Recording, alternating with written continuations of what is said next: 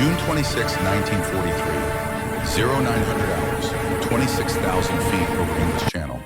Captain James Mitchell, age 23, had never seen man die, had never shot down enemy plane, had never felt impact of 20-millimeter cannon shell.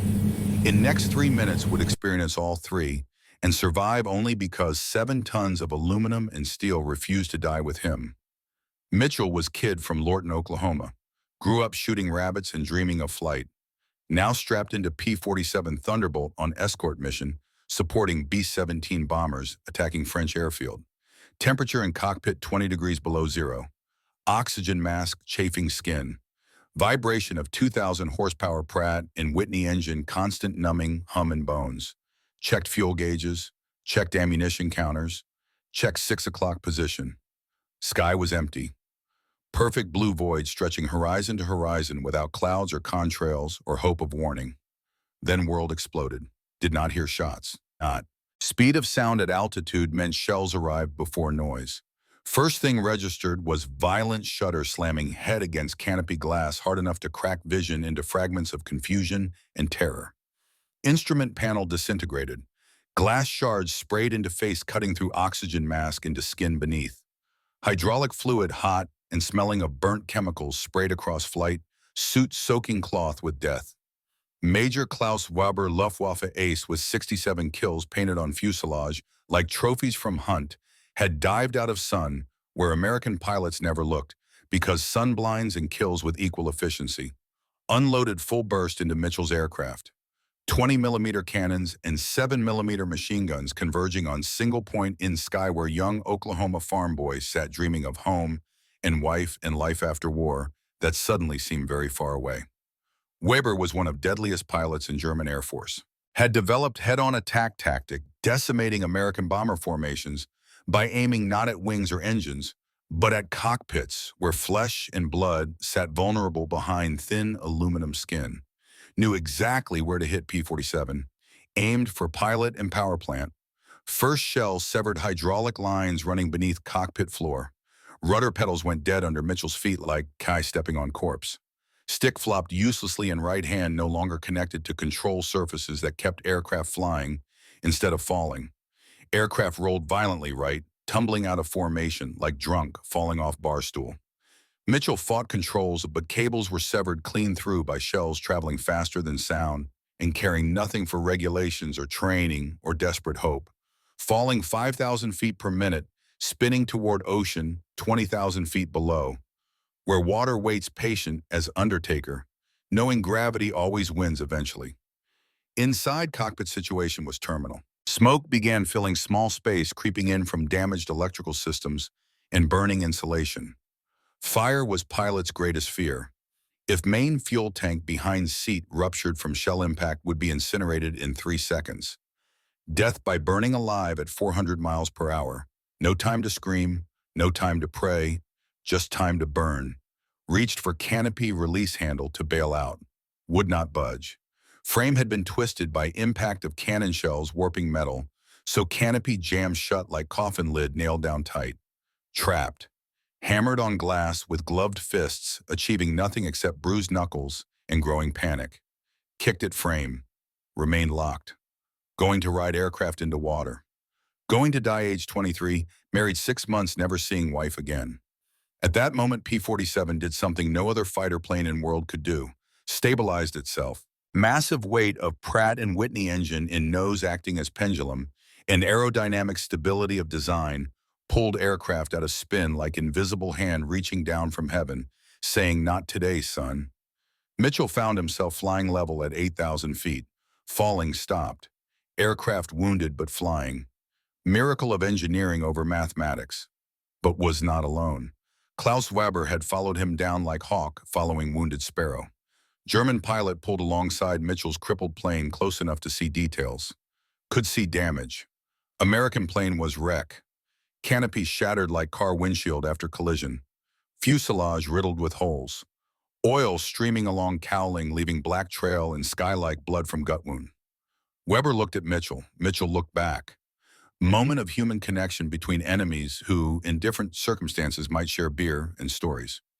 German pilot knew American was defenseless. Could not turn, Could not dive, could not run. Sitting duck, waiting for slaughter. Weber circled around to get behind P-47 for kill shot, finishing what he started, putting wounded animal out of misery.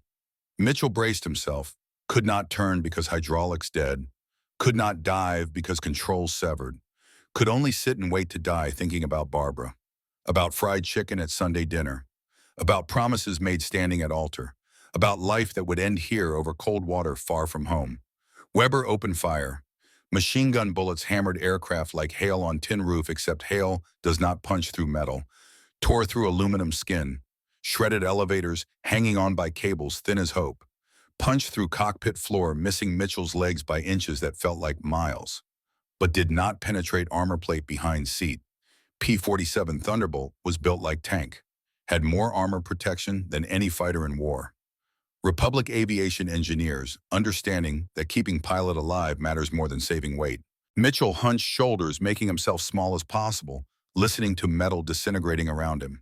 Sound was continuous hammer of impacts, like being inside drum during rainstorm, except rain does not kill. Weber pulled up surprised. American planes still flying, came around for second pass. This time used 20mm cannons, shells bigger than thumb, high explosive, designed to destroy bombers with single hit. Shells slammed into fuselage. Chunks of metal size of dinner plates flew off aircraft, spinning away into void. Radio equipment behind Mitchell's head vaporized. Rudder blown completely off, leaving ragged stump where control surface used to attach. Tail section looked like something chewed by angry God. P-47 shuddered like dying animal, making sounds metal should not make. But Pratt & Whitney engine kept running. Missing cylinders, leaking oil from severed lines, but kept turning propeller, kept generating thrust, kept dragging wreck through sky on pure American stubbornness. Weber had run out of ammunition. 30 seconds of firing depleted guns, flew alongside ruined American fighter one last time, shook head in disbelief, could not understand how aircraft still flew, rocked wings in salute, gesture of respect between warriors, then peeled off toward France. Assumed plane would crash within minutes. No aircraft could sustain that amount of damage and stay airborne. Physics said impossible. Weber believed physics. Mitchell was alive but alone, injured, flying wreck over hostile waters of Channel where ditching meant death from cold in minutes. Steered aircraft using electric trim tabs, only control systems still functioning. Tiny adjustments keeping nose pointed toward England. Nursed dying engine keeping revolutions per minute low to prevent seizing. Every second expecting final failure. Every heartbeat borrowed time. Crossed English coast at 600 feet. Too low to bail out, even if canopy would open. Must land. Manston Airfield was emergency haven for crippled bombers. Had massive extra-long runway designed for planes with no brakes and no hydraulics. Planes that landed hot and fast and desperate. Mitchell lined up on concrete strip. Had no flaps to slow down, no brakes to stop, no hydraulics to lower landing gear properly. Coming in at 170 miles per hour. Faster than car on highway. Wheels touched ground hard. Tires held. Miracle of rubber and steel. Aircraft screamed down runway, bleeding speed through friction and drag. Coasted nearly 2 miles before finally rolling to stop in grass at far end of field, like wounded animal crawling to die in peace. Mitchell sat in cockpit, unable to move. Hands gripping sticks so tight had to consciously force fingers to release. Adrenaline crash left him weak and shaking like fever victim. Nauseous, dizzy, alive. Ground crews raced across grass toward him. Fire trucks and ambulances converging on wreck. Had to pry canopy open with crowbars. Metal so twisted required force and leverage to break seal. When Mitchell stepped onto wing, finally saw what Weber did to his plane. Aircraft was destroyed, not damaged. Destroyed. 21 holes from 20mm cannon shells. Over 200 holes from machine gun bullets. Rudder gone. Elevators hanging by shreds. Fuselage behind cockpit looked like Swiss cheese. Structural ribs severed. Hydraulic system dry. One propeller blade had bullet hole through steel. Engineering officer took one look and marked aircraft with large white X in chalk. Salvage. Right off, scrap metal, would be stripped for usable instruments. Rest melted down. This is story of how that destroyed fighter became legend. How Iowa farm mechanic proved you can break American machine, but cannot break American mechanic. How forgotten hero won war while pilots got glory. Story of rivets and courage and stubborn refusal to accept impossible because mission demanded trying anyway. If you or someone you love served as mechanic or ground crew, or understands that wars are won by men, with grease under fingernails, not just medals on chest, this story honors that truth. Like and subscribe to preserve memories of forgotten heroes before they disappear into silence that takes all warriors eventually. Lorton, Oklahoma, March 15, 1920. James Robert Mitchell, born to wheat farmer, father and schoolteacher mother in town, where Dust Bowl would later take everything families spent generations building. Only child, grew up watching crop dusters spray fields flying low enough to see pilots' face. Thought flying was freedom and farming was prison, even though farming fed family and flying fed nothing except soul. Father lost farm 1932, when Jim was 12. Bank foreclosed. Depression swallowing farms like flood swallowing houses. Family moved to smaller rented plot working land they would never own. Jim watched father break under weight of failure. Watched pride crumble like dried earth. Learned that owning nothing means losing nothing, but also means never feeling secure, never feeling safe. Decided farming was trap closing tighter every year. Flying was escape. Would choose sky over soil, every chance given. High school years shooting rabbits with .22 rifle to put meat on table when meat was luxury. Became excellent marksman. Instinctive shooter. Did not aim so much as point and fire, trusting hands and eyes to connect target and bullet through geometry, eyes calculated faster than mind understood. Skill would save life 9 years later when deflection shooting against German fighters required same instinct. Same trust in geometry, brain computed without thinking. Graduated 1938, age 18. No money for college when family barely had money for food. Worked odd jobs, fixed fences, hauled hay, saved every dollar in jar hidden under bed. Took flying lessons at small airfield outside town where instructor was former barnstormer who flew mail routes in 20s before crashes, and age grounded him to teaching kids who still dreamed. Instructor taught Jim that flying is 10% skill, 90% not panicking when everything goes wrong. Taught that aircraft wants to fly. Your job is not fighting it, but guiding it. Taught that fear is natural, but panic kills faster than mechanical failure. Lessons would matter when 21 cannon holes turned cockpit into death trap, and not panicking was difference between living long enough to land and dying in fireball over channel, county fair. July 1941. Jim, age 21, working booth to earn money for more flight hours. Needed 50 hours for commercial license. Had 42. 8 hours cost more money than he made in month. Barbara Ann Williams, age 20, teaching at elementary school in town 15 miles away. Came to fair with girlfriends, wore blue dress, hair pinned up, smile that made Jim forget he was supposed to be working. They met at pie contest. She made apple pie. Golden crust, cinnamon sugar crystals on top catching light. He was judge. Tasted 6 pies. Hers was third. Not best technically. Crust slightly thick, filling slightly tart. But when she handed him plate, their fingers touched and she smiled and he forgot every other pie existed. Declared hers winner. She knew he was lying, appreciated lie anyway. They talked for 3 hours. She taught second grade. Loved children. Wanted family someday.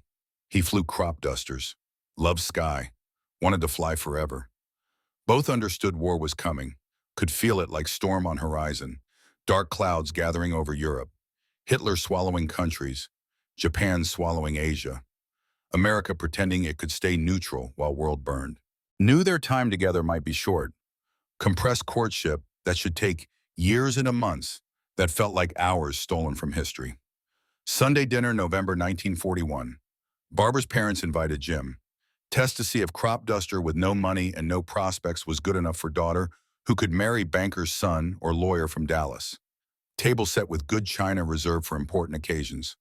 White tablecloth ironed smooth. Silverware polished until reflecting faces bent over plates waiting for judgment. This was evaluation disguised as meal. Everyone knew it. No one mentioned it. Barbara's mother served food prepared since dawn. Woman understanding that way to man's heart and family's approval runs through stomach filled with abundance prepared with love. Brought out fried chicken golden brown from cast iron skillet, seasoned by 3 generations of Sunday dinners. Crispy coating crackled when placed on platter. Sound like leaves crunching underfoot in autumn. Steam rose from tender meat beneath carrying smell that filled dining room rich and savory, making mouthwater before first bite reached tongue. Chicken had been brined overnight in buttermilk and salt, dredged in flour mixed with pepper and paprika, fried in lard hot enough to seal coating, but not so hot it burned. Each piece cooked exactly right. Breast meat white and moist, thighs dark and falling off bone, drumsticks with crispy skin that shattered between teeth, releasing juice and flavor. Mashed potatoes smooth as silk, real potatoes not powder. Boiled until tender, mashed with butter and cream until texture resembled clouds more than vegetables. Real butter melting into golden pool at center. Smell rich and simple and perfect. Green beans from garden picked that morning. Cooked with ham hock until tender, but still bright green, not boiled into submission like some cooks do. Cornbread squares, golden brown and crumbly, perfect for soaking up chicken grease, or butter, or both if you are young and hungry and not worried about waistline. Sweet tea sweating in glasses. Ice cubes melting slowly. Condensation running down sides like tears of gratitude that someone cared enough to brew tea properly with sugar added while hot, so it dissolves completely, creating sweetness that does not settle at bottom, requiring stirring. Apple pie cooling on windowsill. Barbara made it herself following mother's recipe. Crust flaky and golden, filling thick with sliced apples and cinnamon and sugar, creating texture between liquid and solid that defines proper pie. Jim sat at table thinking, this is America. Not flag or anthem or abstract patriotism taught in school. This, table laden with abundance, family gathered without fear, food prepared with love, not necessity. Safety and comfort and normalcy that half world cannot afford. And other half is losing to dictators who promise everything and deliver only death and slavery disguised as unity. This is what America means when you strip away rhetoric and propaganda and political speeches. Means family eating together without permission from government. Means enough food that sharing is possible. Means freedom to gather and talk and laugh without fear that neighbors will report you for wrong opinions or wrong friends or wrong thoughts. Means chicken fried in lard and potatoes mashed with butter and tea sweetened with sugar while millions starve under flags promising paradise. Barbara's father asked about flying, about prospects if war comes, because everyone knew war was coming, even if politicians pretended otherwise. About intentions toward daughter, because father's eyes said what mouth only hinted. You want my daughter, you prepared to support her, you understand what marriage means. When world catches fire and men go to war. Jim answered honestly, because lying to man offering daughter and fried chicken was unthinkable. Sir, I fly because it is only thing that makes sense to me. Sky makes sense when ground does not. If war comes, I will serve, because men who can fly have duty to fly when nation needs them. And yes, sir, I want to marry Barbara if she will have me, and if you approve, because she is finest thing I have ever known, and I would be honored to spend life trying to deserve her. Father nodded slowly. Mother smiled. Barbara blushed but did not correct Jim or suggest he was presumptuous. All knew what was coming, even if details remained unspoken.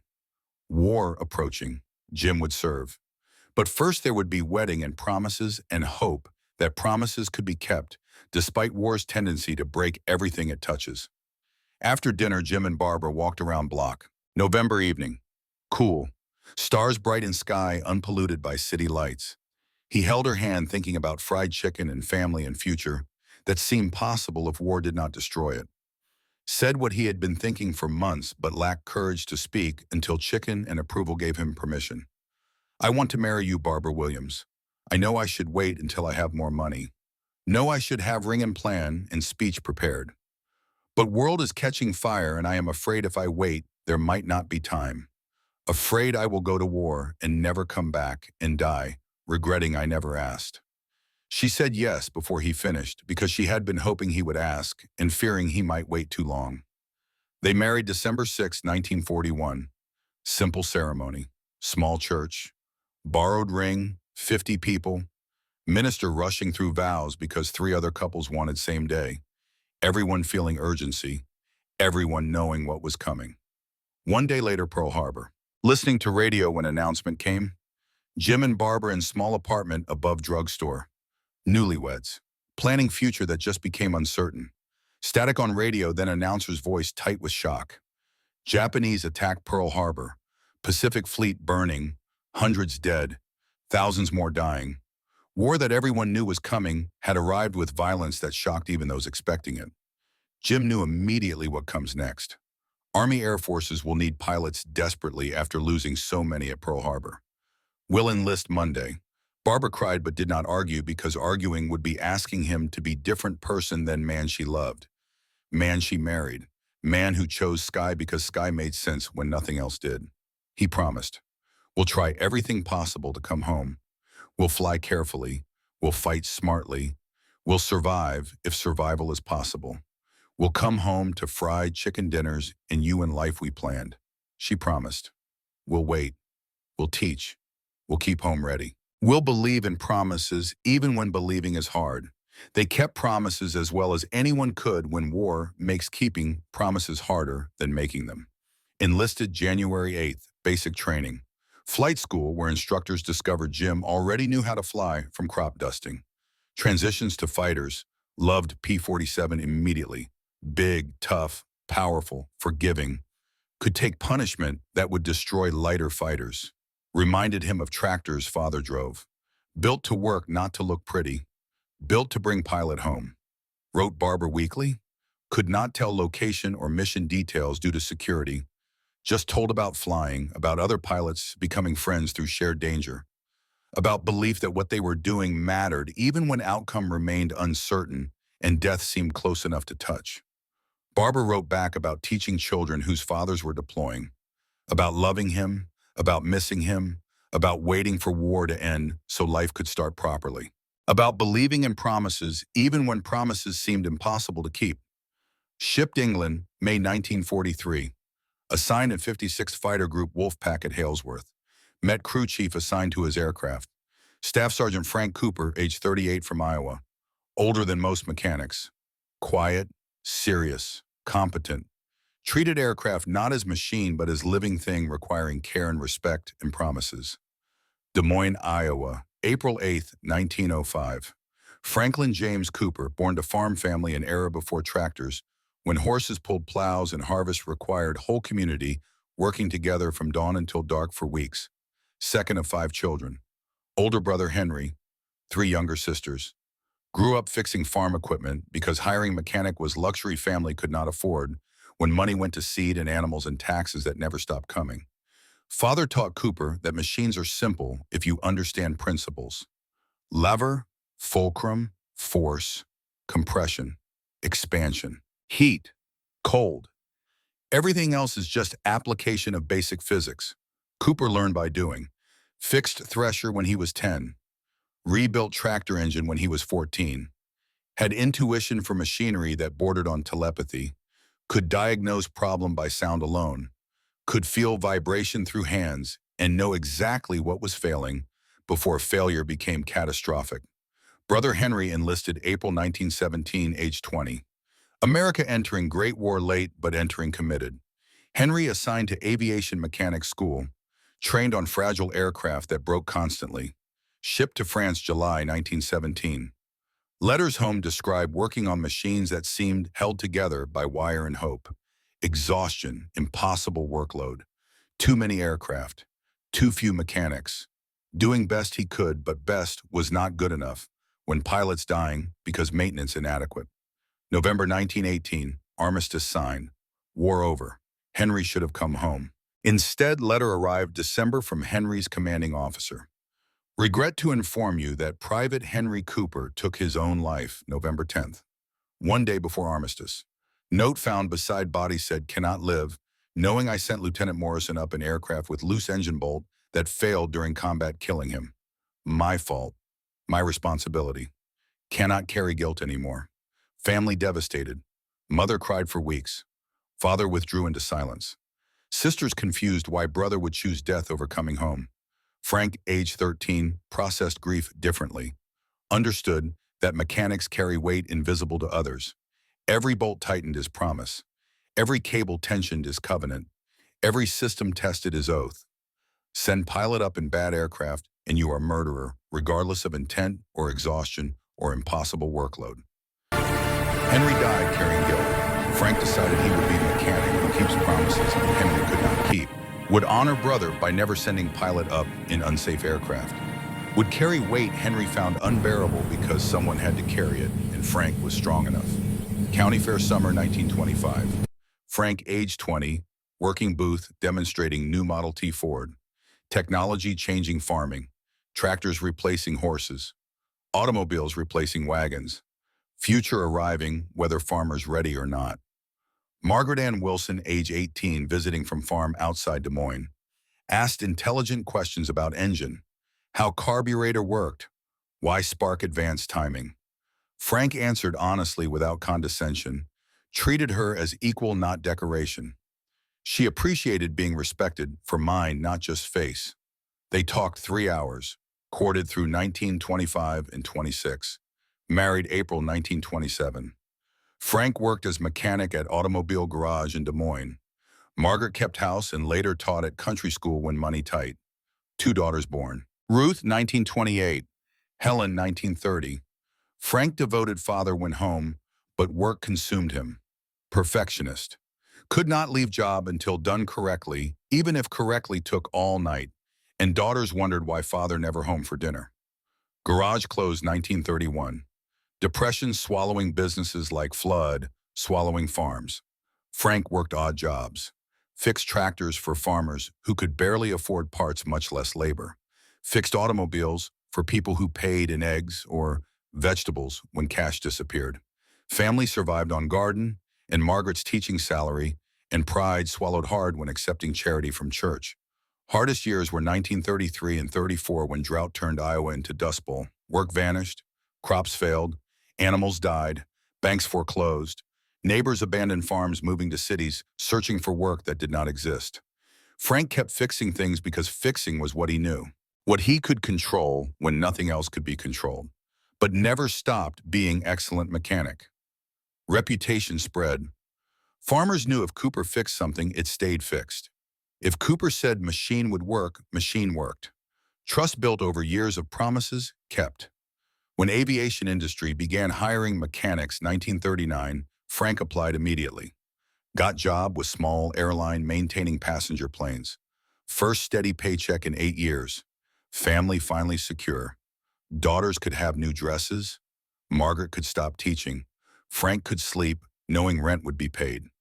December 7th, 1941. Frank, age 36, sitting with family, listening to radio. Announcement came. Pearl Harbor attacked. Frank looked at Margaret. Both knew what it meant. Frank, too old for combat pilot at 36, but perfect age for crew chief. Experience matters more than youth when keeping aircraft flying.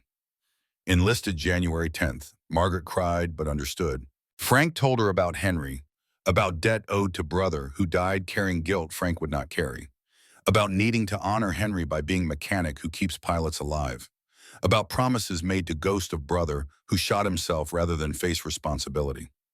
Margaret nodded, said she would wait, said daughters would understand, said do your duty and come home because she needed him and daughters needed father, and promises mattered even when keeping them required sacrifice. Crew Chief School, Amarillo, Texas. Specialized training on P-47 Thunderbolt.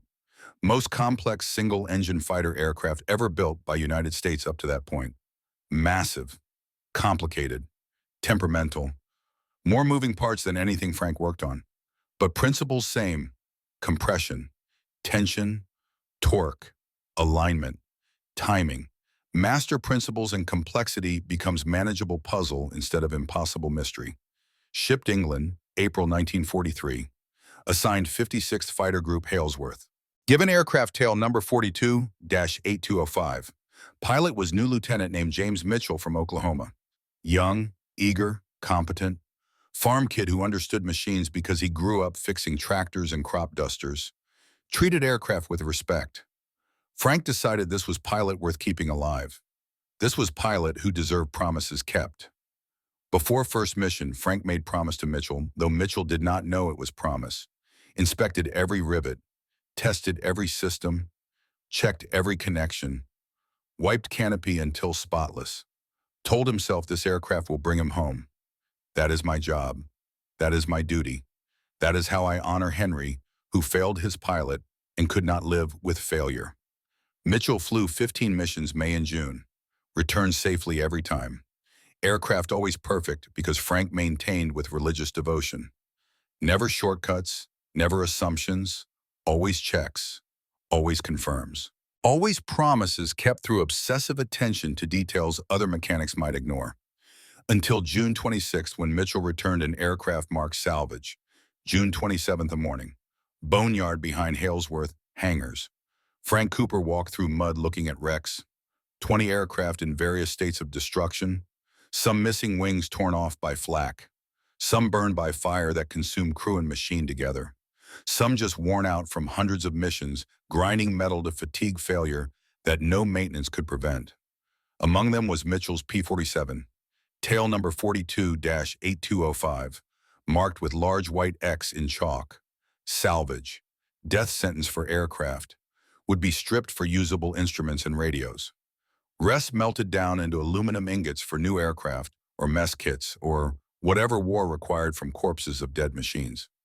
Frank walked slowly around aircraft, ran hand over jagged holes in aluminum skin, counted 21 holes from 20mm cannon shells, counted over 200 holes from machine gun bullets, looked at severed control cables hanging like cut arteries, looked at crushed tail section where rudder used to attach before Weber blew it off, looked at shattered canopy, at destroyed instrument panel, at hydraulic fluid dried in brown stains across cockpit floor.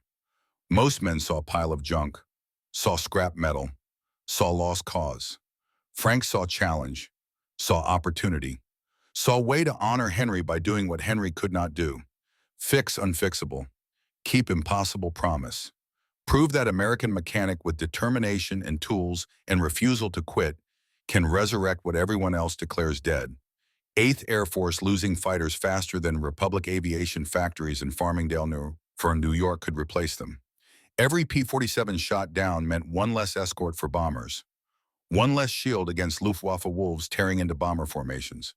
New aircraft cost $97,000 in 1943 money.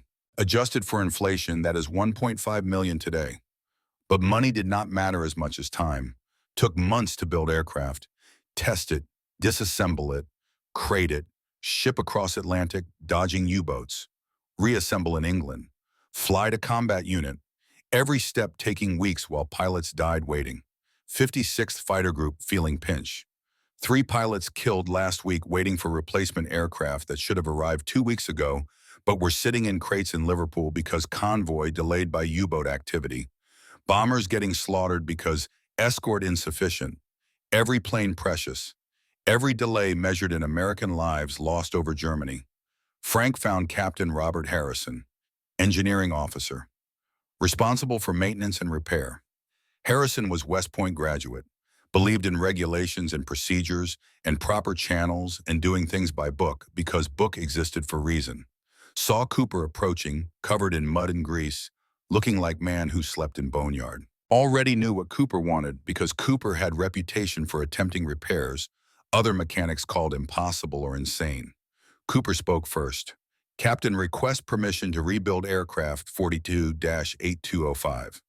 Harrison laughed, not from cruelty, but from genuine disbelief that sane man would suggest such thing. Sergeant, that aircraft has structural damage compromising airframe integrity. Tail practically severed from fuselage. Main spar might be twisted. Wing attach points stressed beyond specifications. Would take hundreds of man-hours. Parts we do not have in inventory. Tools we do not possess.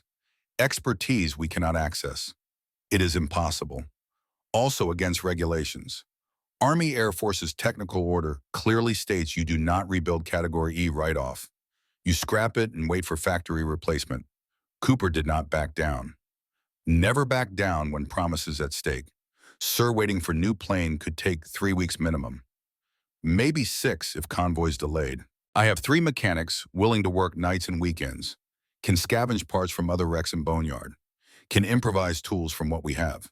Can make it work if you give me chance to try. Harrison looked at Sergeant standing in mud, refusing to accept reality. Looked at pile of scrap metal behind him. Knew Cooper was right about delays. Knew bombers were dying. Knew that men like Frank Cooper could fix anything with enough safety wire and stubbornness and refusal to acknowledge impossible. But also knew regulations existed for reason. Knew if aircraft fell apart on runway, or worse, an air-killing pilot, both Harrison and Cooper would face court-martial for manslaughter. Careers destroyed, maybe prison, definitely disgrace. But Harrison also knew something else. Knew 3 good pilots died last week. Experienced men with families. Died because German fighters killed them while they waited on ground for replacement aircraft delayed by bureaucracy and U-boats and supply chains stretched across ocean. Could not afford to lose more pilots waiting for system to unfuck itself. Harrison spoke carefully, choosing words that would either save lives or end careers. Sergeant Cooper, I lost 3 pilots last week. Good men, experienced. They died because Luftwaffe caught them without proper escort while they waited for replacement aircraft that should have arrived weeks ago, but are sitting in crates somewhere between here and New York. I cannot afford to lose more men waiting for supply chain miracles. Paused, letting weight of 3 deaths settle between them. You have 1 week, 7 days. If you fix that aircraft and it flies, I will recommend you for commendation. If you fix that aircraft and it kills Lieutenant Mitchell, I will personally ensure you spend rest of war in stockade for manslaughter and negligent homicide. Both of us will face court-martial. Both careers destroyed. Are we absolutely clear on stakes? Cooper nodded once. Crystal clear, sir. 1 week. Flyable aircraft. No dead pilots. Promises kept. Harrison looked at mechanic age 38 standing in mud, promising to do what factory engineers said required 6 months and specialized equipment. And Cooper, if you pull this off, you will have proven something I have suspected for a long time, that American mechanics are more valuable than American engineers. That ingenuity beats regulation every time. That stubbornness trumps impossibility. Do not make me regret betting on you. Cooper assembled mechanics. Sergeant Jack Reynolds, age 25 from Chicago. Experienced, solid, trustworthy. Had worked on aircraft since before Pearl Harbor. Corporal Tony Moretti, age 21 from Brooklyn. Young but talented. Fast hands. Good instincts. Could diagnose problems other mechanics missed. Private Thomas Wheeler, age 20 from Wyoming. Green but eager. Learned quickly. Followed instructions precisely. Cooper gathered them in Boneyard.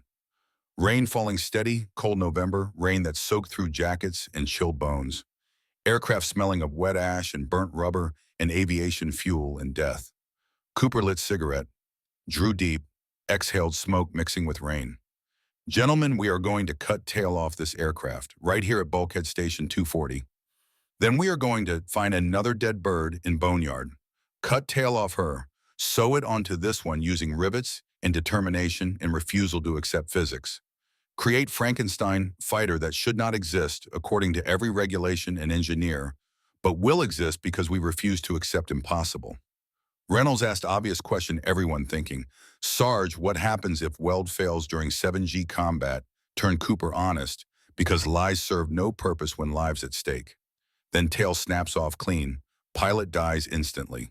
We get court-martialed for manslaughter. Spend rest of war in stockade, maybe longer, maybe prison after war. But if we do nothing, Lieutenant Mitchell waits 3 weeks minimum for replacement aircraft. Flies missions meanwhile in borrowed planes he does not know or trust. Maybe dies anyway because unfamiliar aircraft handle different in combat. Maybe dies because we played it safe instead of trying. At least this way we control outcome. We do job correctly. We keep promises. Pilot lives. That is promise worth risking court-martial. That is oath worth betting career on. Moretti grinned. Sarge, you are certifiably insane. Beautiful kind of insane, but insane nonetheless. When do we start this impossible lunacy? Cooper dropped cigarette into mud. Ground it out with boot heel. Right now, Corporal. Right now. Get torches from supply. Get hacksaws. Get determination and stubbornness and refusal to quit. We have 7 days to prove impossible is just word engineers use when they lack imagination or courage, or both. 1 week to graft tail from different aircraft onto destroyed fighter, using hand tools in desperation. Alignment must be perfect within 1/16th inch, or aircraft flies sideways, creating drag and vibration that tears plane apart at 400 miles per hour. Rivets must hold 7 Gs of force or tail snaps off, killing pilot instantly. Weld must be perfect or structure fails catastrophically. Cooper has hacksaw and plumb bob. Has 3 mechanics willing to work until job done. Has promise made to ghost of brother who died carrying guilt. Has determination to keep pilot alive because keeping pilots alive is how mechanics win wars that generals claim credit for.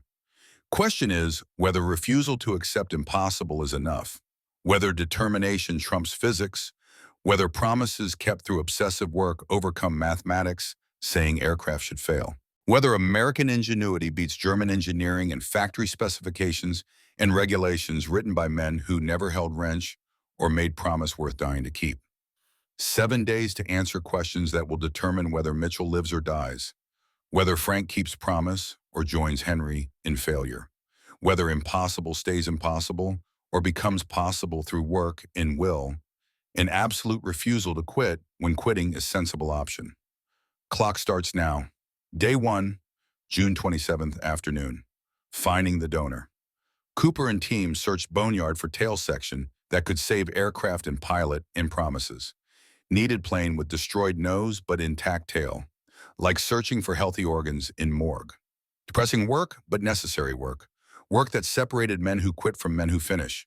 Found it after 2 hours. P-47 that ground looped on landing 2 weeks earlier. Pilot came in too fast. Touchdown crooked. Landing gear collapsed. Nose crushed into runway. Propeller bent into scrap metal. Cockpit destroyed. Pilot walked away with broken arm and wounded pride. But rear fuselage pristine. Perfect donor. Macabre harvest begins. Using hand tools stripped donor plane. Removed elevators, carefully preserving control surfaces. Rudder already damaged but hinges intact. Tail wheel assembly. Unbolt horizontal stabilizers. Then hard part. Must cut fuselage. Separate living from dead. No laser cutters. No precision saws. No factory jigs or computer-guided equipment. Just hacksaws and oxyacetylene torches and muscles burning from labor. Cooper measured cut line on both aircraft. Chose section just behind cockpit at specific bulkhead frame. Engineers designated station 240. Main structural ring connecting forward and aft sections. Load-bearing frame. Critical junction point. Cut wrong and both halves become useless scrap. Cut right and maybe impossible becomes possible. Cutting was brutal physical labor. November cold making metal brittle. Rain making everything slippery. Aluminum skin thick enough to stop rifle bullets. Underneath skin were stringers. Longitudinal structural members made of hardened alloy. Beneath stringers were ribs and formers and bulkheads, creating skeleton that gave aircraft shape and strength. Mechanics took turns. 30 minutes sawing, then rest while circulation returned to frozen hands. Blade teeth dulling quickly on hardened metal requiring constant replacement. Progress measured in inches per hour. Tedious, exhausting, necessary. No shortcuts, no easy way. Just work that had to be done regardless of difficulty or cold or doubt creeping in, suggesting maybe engineers were right about impossible. When two halves finally separated, true magnitude of task became visible. Cross-section of fuselage revealed nightmare of severed connections. Massive air ducts for turbocharger gaped open like severed arteries. P-47 had unique system. Engine and nose. Turbocharger and tail. 20 feet of ducting are routing hot exhaust gases back to supercharger, then routing pressurized air forward to engine. Complex, fragile, critical for high-altitude performance. Severed clean through. Bundles of electrical wiring hung loose. Hundreds of individual wires color-coded.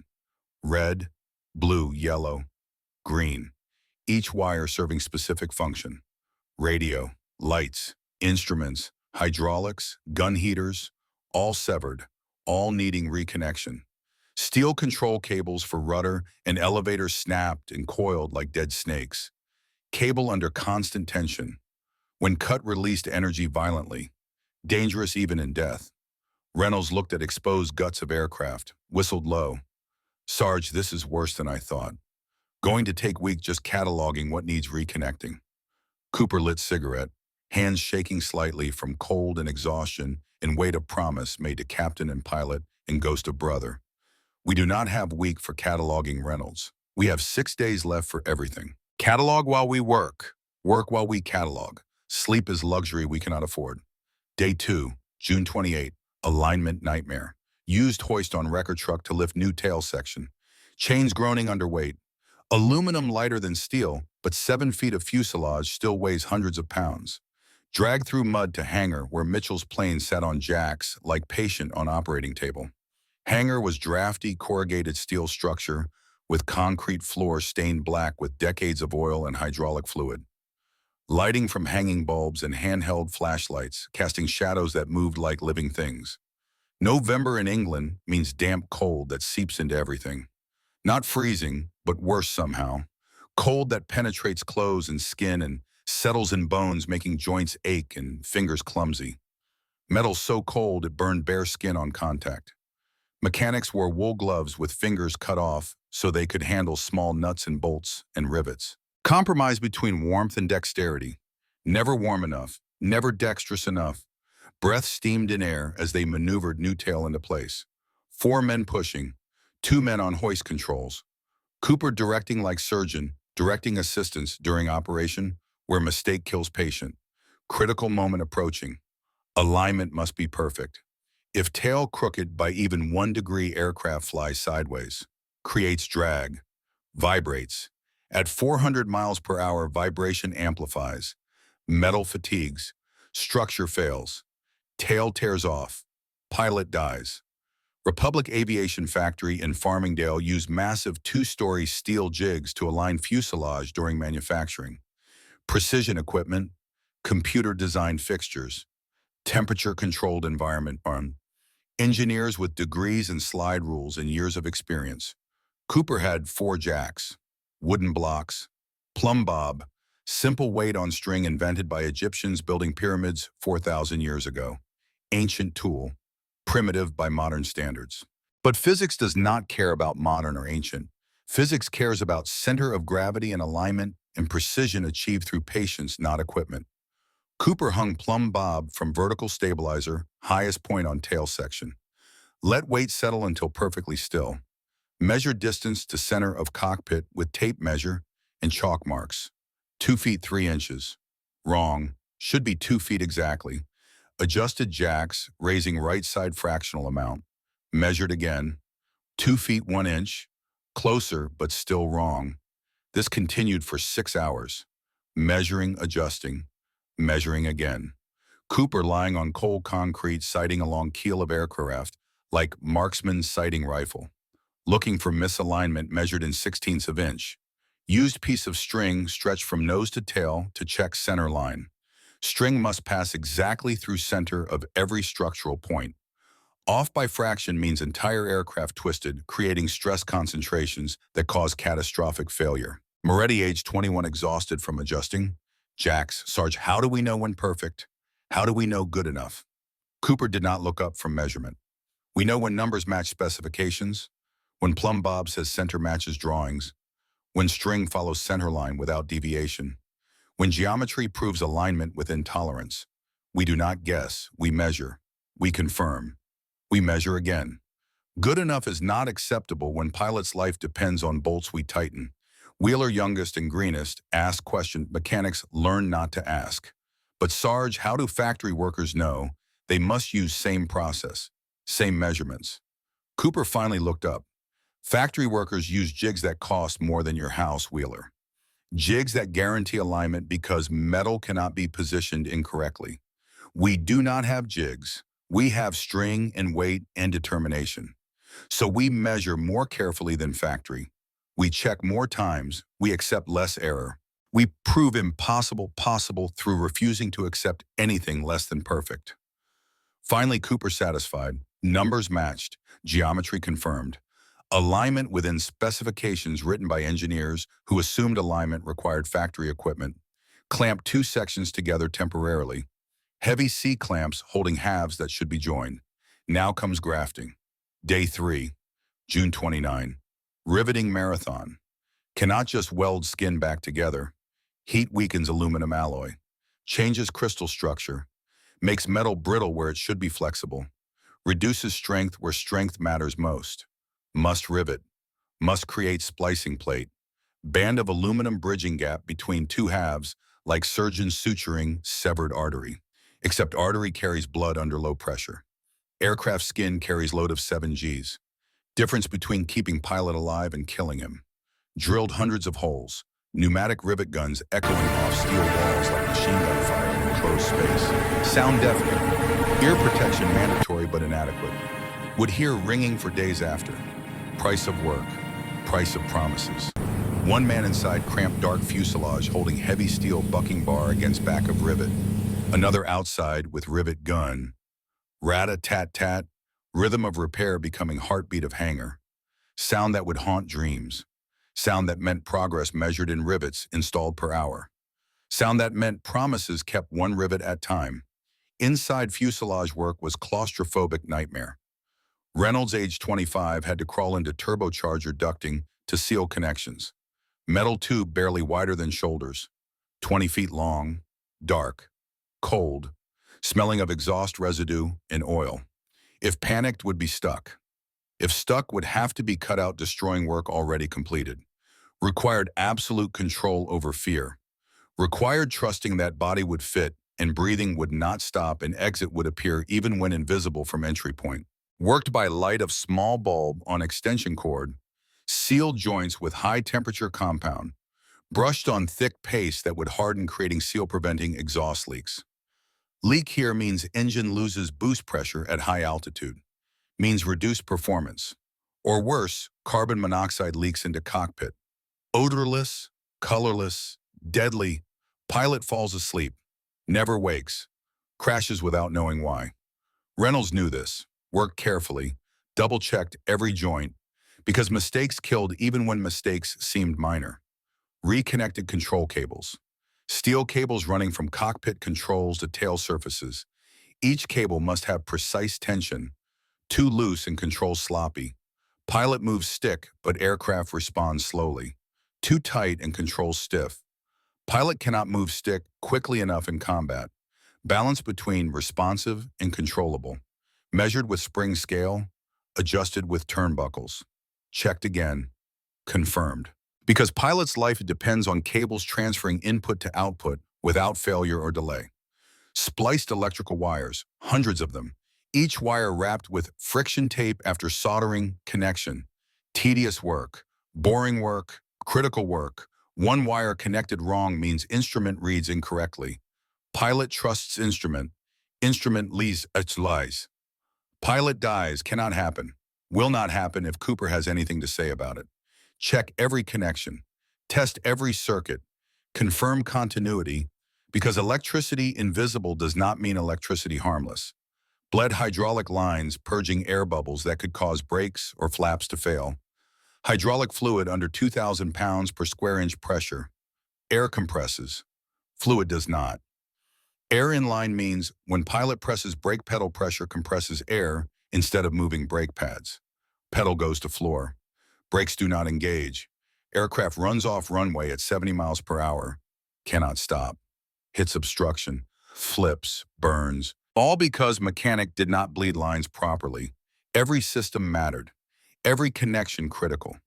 No minor details when aircraft operating at edge of performance envelope and pilot, depending on everything working perfectly during combat where malfunction means death. Evening of day 3, Mitchell visited hangar. Could not sleep knowing mechanics working on aircraft he would fly. On machine that would either save life or kill him, depending on quality of work being done in cold, drafty hangar, while he lay in warm bunk. Brought thermos of coffee. Real coffee, not chicory substitute. Scrounged from officer's mess. Small gesture, but gestures mattered when everything else was metal and cold in exhaustion. Found Cooper under aircraft checking rivet alignment by flashlight. Lieutenant Cooper said not looking up. Should be resting. Flying mission tomorrow. Mitchell knelt down. Cannot sleep knowing you are working on my aircraft. Brought coffee. Figured you could use it. You'd buy him. Cooper slid out from under fuselage. Accepted cup gratefully. Sat on concrete next to Mitchell. Both men tired. both understanding they were in this together now. Not officer and enlisted, not pilot and mechanic, brothers in survival, partners in impossible tasks that would either succeed or fail together. They talked, not about war or missions or fear, about home. Mitchell told about Oklahoma, Dust Bowl years, father losing farm, learning to fly as escape from ground that took everything, Barbara waiting, Sunday dinners with fried chicken and promises made at altar. About wanting to survive, not for glory, but for normal life with wife and maybe children, and future that felt possible before war made future uncertain. Cooper told about Iowa farm. Father teaching machines are simple if you understand principles. Brother Henry dying in Great War from guilt. Carrying guilt Cooper would not carry. Margaret waiting with daughters he had not seen in 18 months. About promises made to ghost. About needing to honor Henry by keeping pilots alive because that is only way to redeem brother's failure. Mitchell quiet processing this. Your brother. He was mechanic, Cooper nodded. Sent pilot up in bad aircraft. Engine bolt failed during combat. Pilot died. Henry shot himself from guilt day before armistice. Could not live with responsibility even though exhaustion and impossible workload meant mistake was inevitable. But inevitable does not matter when someone dies because of your work.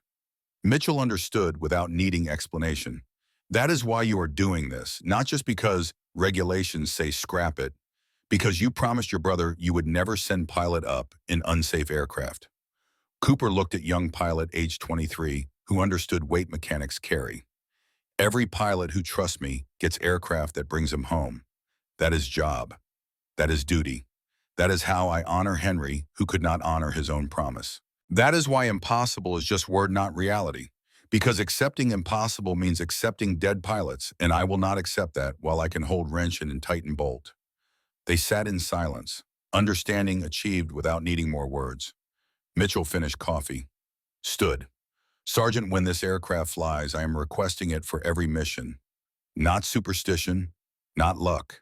Because I trust your work more than I trust factory engineers who build to minimum specifications.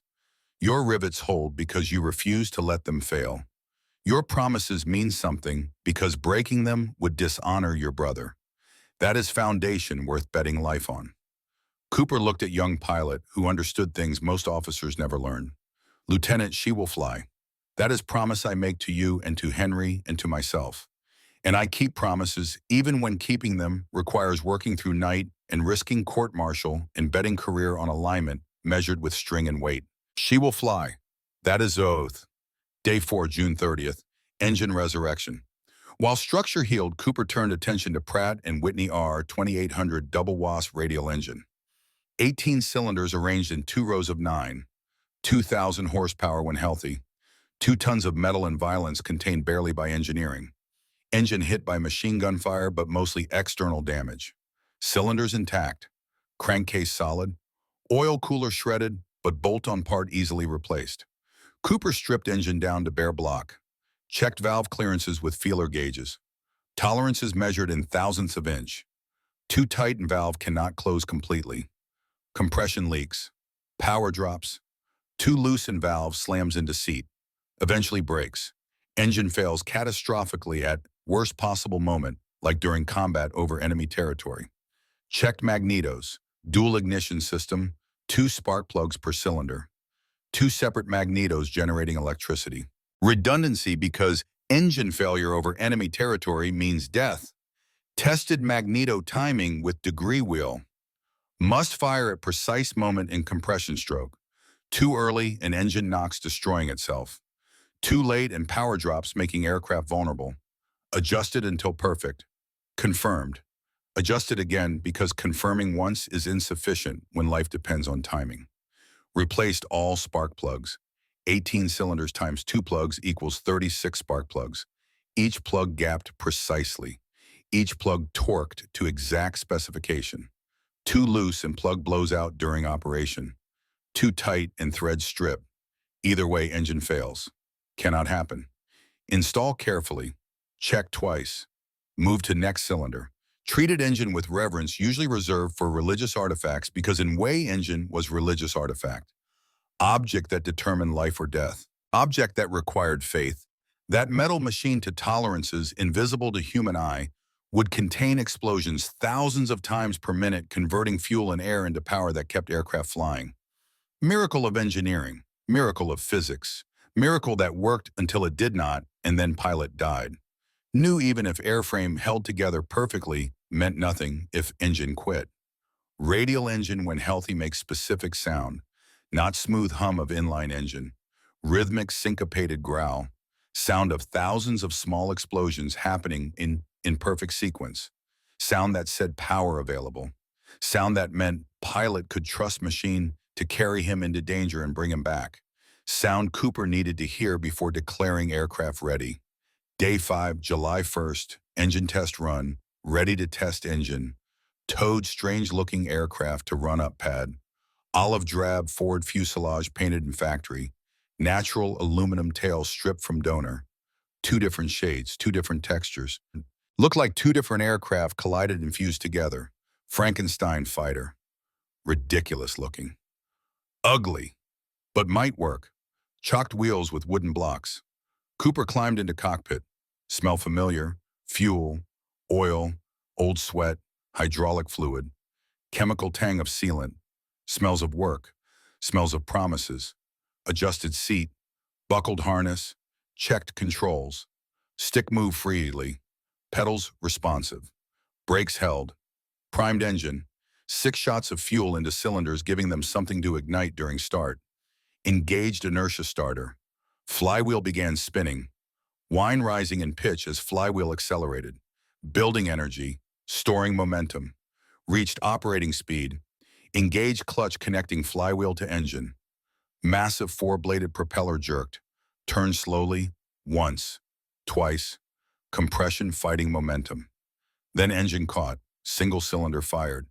Then another. Then cascade as more cylinders joined combustion. Blue smoke coughed from exhaust stacks. Unburned oil from sitting.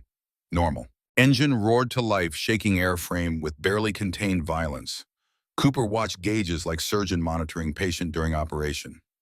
Oil pressure rising. Good. Needle climbing toward green arc on gauge face. Cylinder head temperatures rising. All 18 showing heat. Good. Means all cylinders firing. Fuel pressure steady. Mixture rich. Magneto drop normal when switching from both to single magneto. Redundancy working. Everything working. Push throttle forward. Roar deep into thunder. Aircraft strained against wheel chocks like dogs straining against leash. Wanted to move. Wanted to fly. Propeller creating thrust. Several thousand pounds of force trying to push 7-ton aircraft forward. Wood chocks held. Barely. Cooper sat feeling vibration through seat, listening for rattles indicating loose parts, feeling for shudder indicating structural weakness or misalignment. Nothing. Plane felt solid, felt angry, felt ready. Felt like machine refusing to die despite mathematics and regulations and engineers saying impossible. Felt like promise kept. Cut mixture. Engine sputtered, coughed, fell silent. Propeller windmill to stop coasting on momentum. Silence after noise felt heavy. Cooper climbed out. Legs shaking slightly, not from fear, but from vibration, transmitted through SATE for 10 minutes. Hands shaking from adrenaline. Heart pounding from knowledge that engine ran. That first step toward proving impossible wrong was complete. Harrison walked up to wing. Looked at mismatched paint, olive drab and bare aluminum. Looked at row of fresh rivets circling fuselage like scar around body. Looked like monster. Looked like thing that should not exist. It runs, Captain Harrison said, stating obvious. But will it fly? Cooper wiped hands on rag black with grease. It will fly, sir. Question is, who tests it and what happens if test goes wrong? Mitchell heard engine run from across field. New sound meant Cooper succeeded. New sound meant aircraft might actually fly. New sound meant time to make decision about who risks life on untested repair that might hold or might fail catastrophically. Walked to hard stand, where Cooper and Harrison stood looking at Frankenstein fighter. Heard engine run, Mitchell said. Sounds perfect. When do we test fly her? Harrison turned. Lieutenant, this is not your decision. Regulations state repaired aircraft must be test flown by engineering test pilot or maintenance officer. not line pilot. Mitchell, with respect, sir, regulations also state you do not rebuild Category E right off in field. We are beyond regulations. This is my aircraft. My crew chief, my life depending on his work. I will take her up. If she kills me, at least Cooper knows I volunteered. Court-martial becomes harder to justify when pilot insisted on flying aircraft crew chief warned might fail. Cooper, Lieutenant, you do not have to do this. I can test fly, or we can wait for qualified test pilot. Mitchell looked at mechanic who spent weeks rebuilding aircraft everyone said was impossible to fix. Looked at man who worked through nights in freezing hangar, riveting aluminum and reconnecting systems and making promises matter through obsessive attention to details. Yes, I do, Sergeant. You trusted me enough to spend 7 days rebuilding aircraft that should be scrapped. I trust you enough to bet my life your work is solid. I trust your rivets more than factory rivets. I trust your promises more than regulations. When do we fly? Cooper and Harrison exchanged glance, both understanding Mitchell was right. If test pilot died, Cooper faced court-martial alone. If Mitchell died flying aircraft, he demanded to fly. Court-martial became complex. Also, both men recognized courage. Mitchell trusting Cooper's work enough to stake life on rivets installed in muddy field using hand tools and determination. Harrison made decision. Tomorrow morning, weather forecast clear. You fly at 0600, low pass over field. If tail stays attached, you land. If anything feels wrong, you bail out and we accept loss. If aircraft kills you, we both face court-martial, but at least we tried. Clear, Mitchell. Crystal, sir. That night, Mitchell wrote Barbara. Did not mention test flight. Did not want her worrying about dangers she could not affect. Just said aircraft almost ready. Missing her. Loving her. Will be home when war ends. Promises mean something even when keeping them costs everything. Sealed letter. Went to sleep thinking about Cooper's rivets and promises kept in tomorrow's test that would either validate week of work or prove engineers right about impossible. Cooper wrote Margaret. Told her about week of work, about Mitchell trusting his rivets enough to bet life on them, about tomorrow being proof whether impossible was just word or actual limit. Told her he loved her, told daughters to be good. Told Margaret if anything goes wrong, she should know he died trying to keep promise to Henry. That is all any man can do. Try to keep promises even when promises require impossible, even when trying might fail, even when failure means court-martial or death or disgrace. Try anyway because trying is what makes us human instead of machines following orders. July 2nd, 0600 hours. Test flight morning. Entire base knew about Frankenstein Thunderbolt. Pilots from other squadrons came to watch. Some betting on when tail falls off. Takeoff first turn, first combat maneuver. Skepticism heavy. Aerodynamics unforgiving. If Cooper's alignment off by half degree, tail acts like rudder, permanently stuck. Pilot fights controls constantly, exhausting, dangerous, eventually fatal. If structural integrity compromised, G-forces of pull-up rip tail cleanly off. Aircraft disintegrates, pilot dies. Simple mathematics, hard physics, no sentiment. Mitchell strapped into cockpit. Smell familiar now. Fuel oil, old sweat, but new smell too. Metallic scent of fresh aluminum. Chemical tang of sealing compound. Smell of promises. Looked at instrument panel. Cooper replaced shattered gauges with parts scavenged from wrecks. Polished glass until clear. Even welded new armor plate behind seat replacing one that stopped German bullets June 26. Armor that saved Mitchell's life would now protect him again if Cooper's promises held. Gave thumbs up. Cooper pulled chocks. Frankenstein taxied to runway in. Mitchell lined up center line. Held brakes, ran engine up to 52 inches, manifold pressure, maximum power. Plane shook, wanting to fly. Released brakes. P-47 surged forward. 7 tons of aircraft and fuel and ammunition accelerating. 60 miles per hour. 80. 100. Tail lifted off ground. Mitchell felt rudder pedals, responsive. Plane tracked straight down center line. No wandering. No weather veining. Good sign. 120. 130. Mitchell pulled back gently on stick. Wheels left ground. Crowd on flight line held collective breath. Moment of truth. As weight transfers from landing gear to wings, Structural stress on fuselage changes. If splice weak tail droops or twists, if alignment wrong plane flies crooked, if rivets inadequate structure fails. Physics cares nothing for determination or promises or weeks of work. Physics cares about forces and materials and tolerances. Either Cooper's work met physics requirements or Mitchell died proving it did not. Mitchell climbed to 5,000 feet, circled field, radios tower. She flies straight, hands off stick, flies straight and level. No tendency to roll or yaw, no vibration, no unusual sounds, feels solid. But flying straight is one thing, combat is another. Must test limits, must stress structure until it either holds or fails. Better to discover failure at 5,000 feet over friendly territory than at 20,000 feet over Germany, with Messerschmitts attacking. Climbed to 10,000, rolled aircraft onto back inverted, world upside down, sky below, earth above, pulled nose down into power dive, airspeed wound up rapidly, 300 miles per hour, 350, 400, 420, faster than car, faster than most aircraft. Wind roaring over canopy, airframe groaning under loads it was never designed to carry because P-47 was never designed to be cut in half and grafted back together using tools from Egyptian pyramid builders. Mitchell watched wings flexing under aerodynamic loads, bending visibly. Normal. Aluminum flexes, design requirement. Rigid wings break. Flexible wings absorb loads and return to shape. Look back at tail through rear view mirror mounted on canopy. Still there. No visible distortion. Cooper's rivets holding against forces trying to tear aircraft apart. Leveled off at 2,000 feet pulling 4 Gs. Blood drained from head. Vision grade. Pressure suit inflated squeezing legs forcing blood back to brain.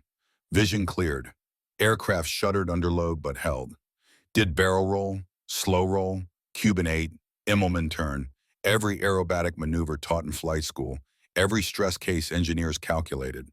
Cooper's splice holding, push throttle to firewall, engaged water injection system, sprayed water into supercharger cooling compressed air, allowing higher boost pressure. Engine roared. Power spiked to 2,300 horsepower.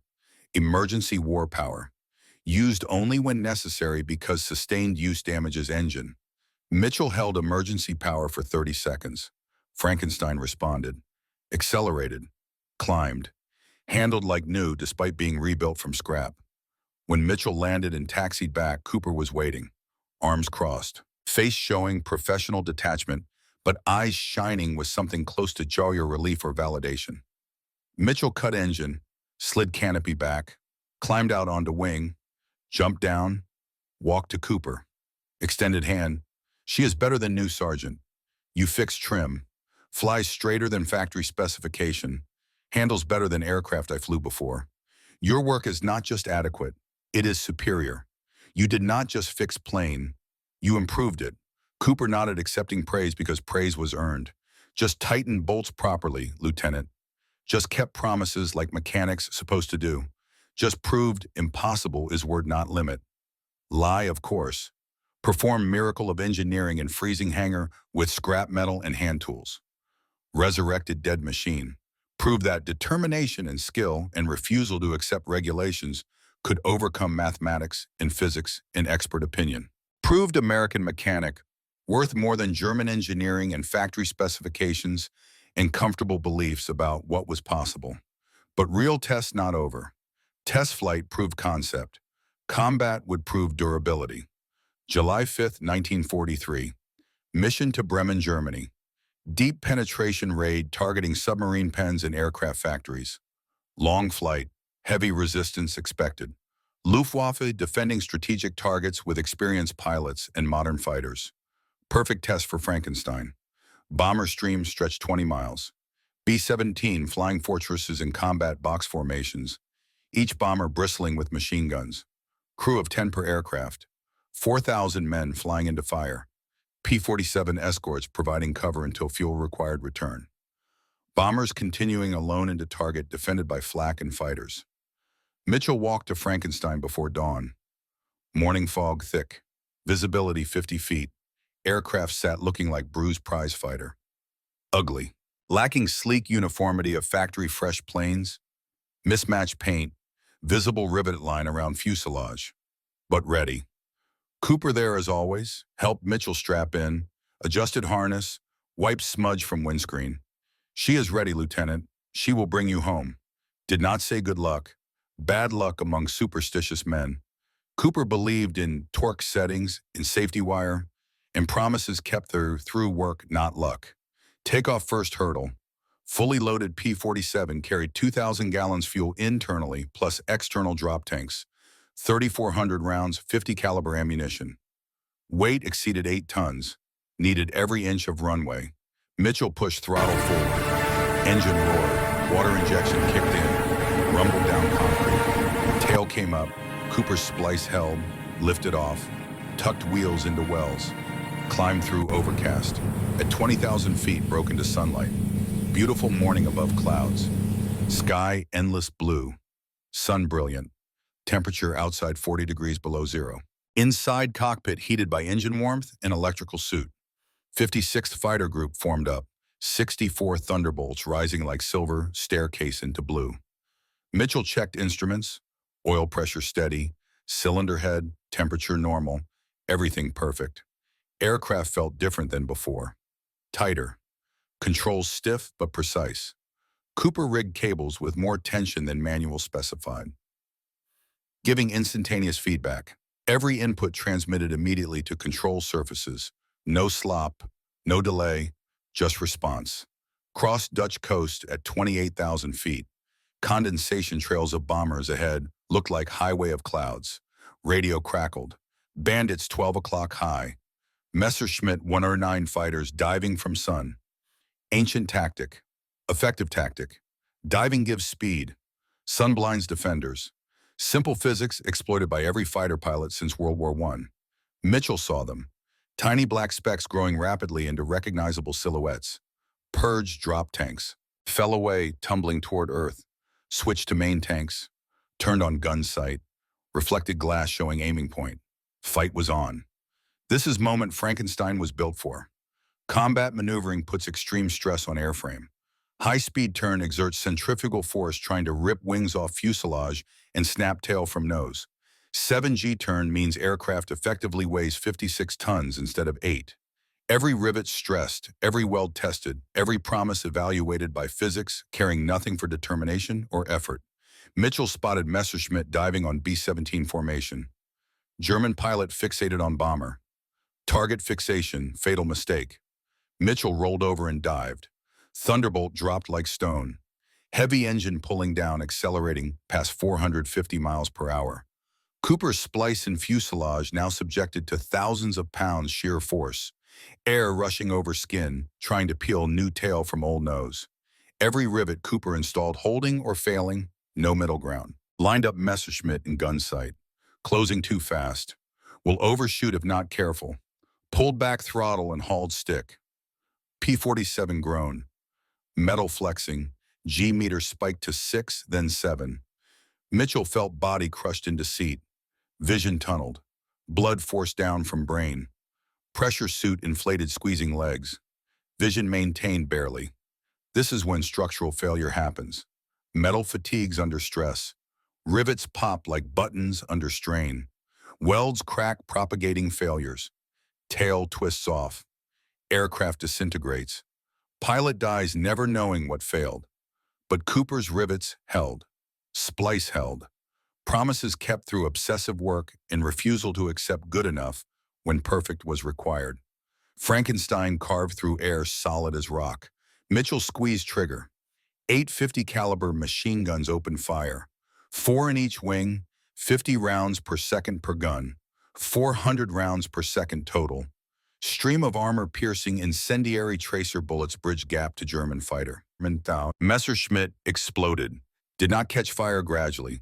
Ceased to exist as functional aircraft instantly. Right wing sheared off. Engine cowling blew apart. Fuel tank vaporized. Wreckage tumbled away, trailing smoke and debris. Mitchell did not celebrate. No time. Pulled up trading speed for altitude. Zoom climb was Thunderbolt's signature move. Dive faster than anything. Use momentum to shoot back up higher than enemy can follow. Physics exploited properly becomes weapon more effective than guns. For next 20 minutes, Mitchell fought for life. Twisting, turning, diving, climbing, pushing aircraft to edge of performance envelope and beyond. Flying harder than test pilots at factory ever dared. Pulling 7Gs repeatedly. Diving to 450 miles per hour multiple times. Stressing every system. Testing every promise Cooper made through work. Frankenstein did not complain. Took abuse and asked for more. Mismatched tail welded in muddy field held firm against finest engineering Third Reich could deploy. Proved that sometimes determination matters more than precision equipment. Sometimes promises kept through obsessive effort overcome mathematics, saying failure inevitable. Sometimes American ingenuity defeats German engineering through simple refusal to quit. When Mitchell landed aircraft empty of ammunition and low on fuel, taxied to hard stand, engine shut down with final cough. Silence after violence felt profound. Cooper waiting as always. Walked up as Mitchell slid canopy back. Mitchell pulled off helmet, face marked with imprint of oxygen mask, sweat despite cold, exhaustion despite adrenaline. Looked at Cooper. "You were right, Sergeant. She is tough. Pulled 7Gs multiple times, dove to 450, did not even creak. Got one Me-109 confirmed kill. Your work held, your promises kept. Thank you for not quitting when everyone said impossible." Cooper just smiled. Padded side of fuselage right over line where rivets joined two halves. Just good American Iron Lieutenant. Just good American mechanics refusing to accept impossible. Just promises kept because keeping promises is what we do. Frankenstein proved concept. Cooper's impossible repair worked in combat. But war is not single mission. Is daily grind where aircraft take punishment and mechanics fix them and pilots fly them until something breaks permanently or war ends. Question is whether Frankenstein survives until war ends or whether luck runs out, proving impossible was temporary, not permanent. July through October 1943. Frankenstein flew daily when weather permitted. Mitchell requested same aircraft every mission. Not superstition. New Cooper maintained perfectly. New rivets held. New promises meant something tangible. Flew 60 missions in Frankenstein through autumn skies over Europe. Aircraft took damage regularly. Flak holes, machine gun hits, engine troubles requiring overnight repairs. But never structural failure at splice. Never weakness where Cooper's work joined two aircraft into one.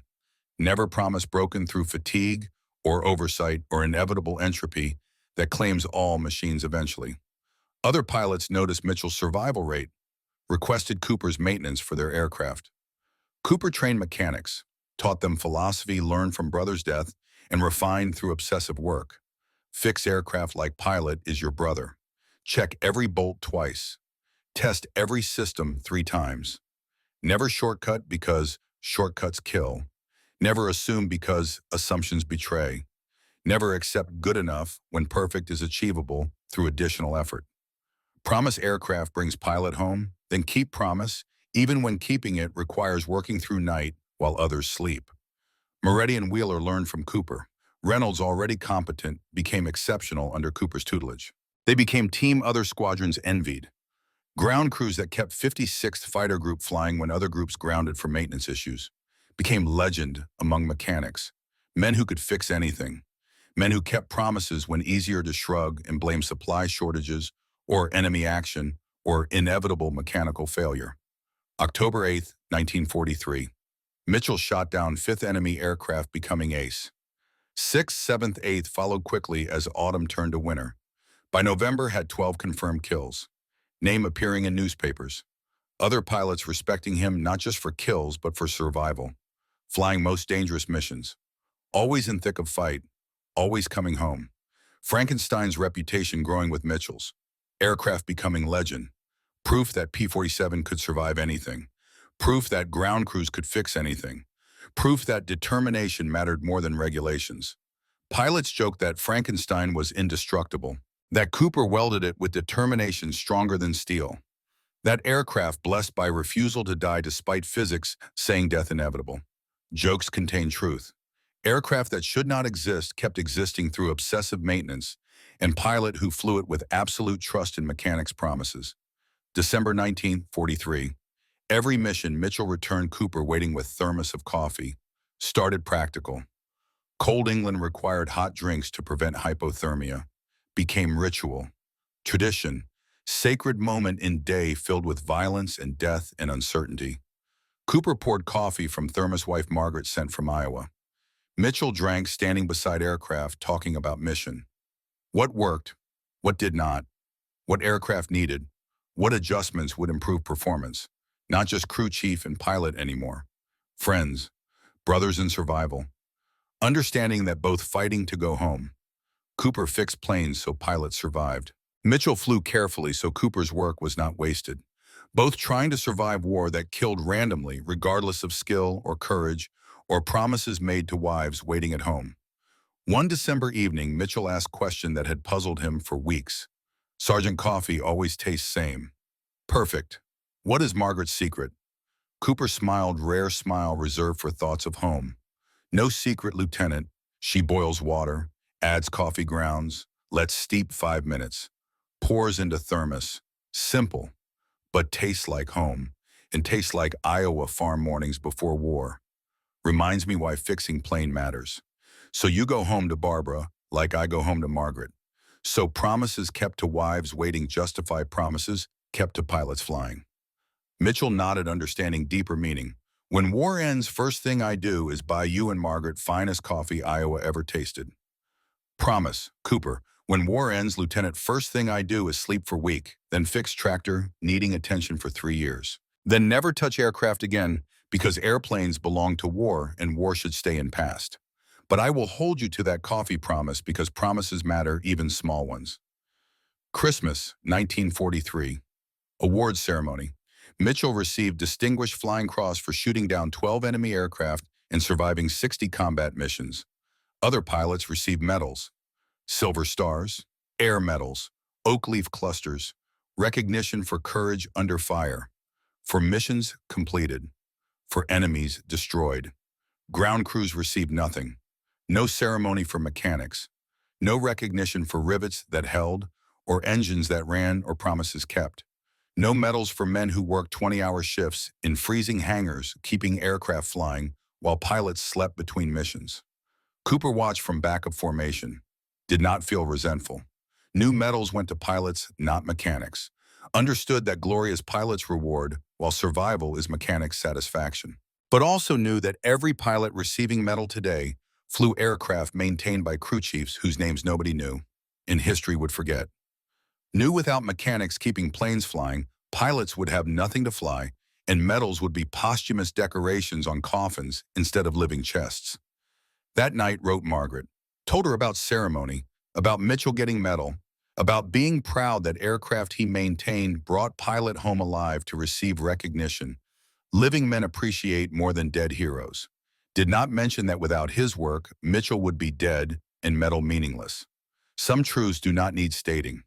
Work speaks louder than words. Promises kept matter more than recognition given. January through May, 1944. Mitchell's kill count rose steadily. 20 kills by March, 24 by April, 27 by May. First American pilot in European theater to break Eddie Rickenbacker's World War I record of 26 kills. Newspapers calling him Ace of Aces. Radio broadcasts mentioning name. Fame arriving unwanted and uncomfortable. Mitchell flew because duty required it, not because glory appealed. Preferred anonymity. Preferred focusing on surviving rather than counting kills like Hunter counting trophies.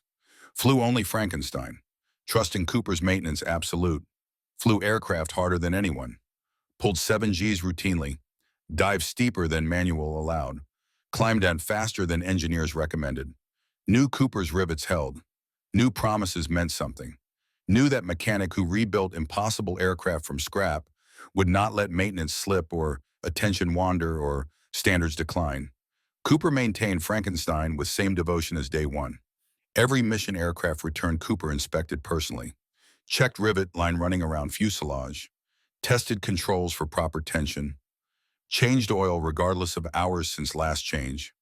replaced worn parts before failure instead of after. Aircraft accumulated hundreds of combat hours, took damage repeatedly, flak holes patched, bullet holes sealed, engine cylinders replaced, but never structural failure at splice, never Cooper's work failing, never promises broken through neglect or fatigue or inevitability.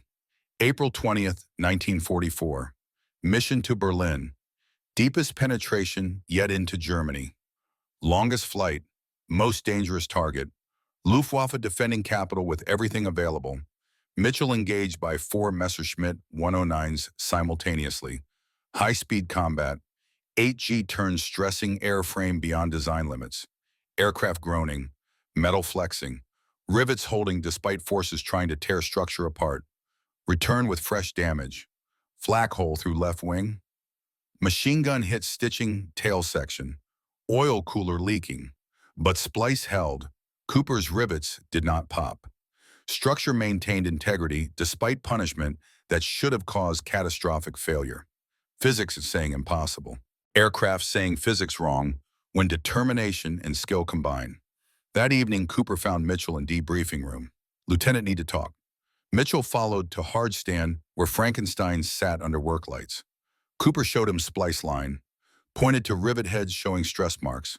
See this, Lieutenant?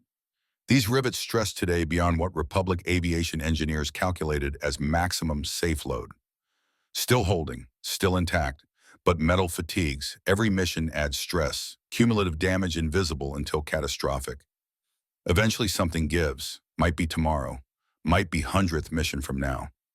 But physics does not forgive forever. Mathematics always wins eventually. Mitchell understood implication. What are you saying, Sergeant Cooper? Honest, because lies serve no purpose when life at stake. Saying maybe time to rotate to new aircraft. Frankenstein served well. Proved concept beyond doubt.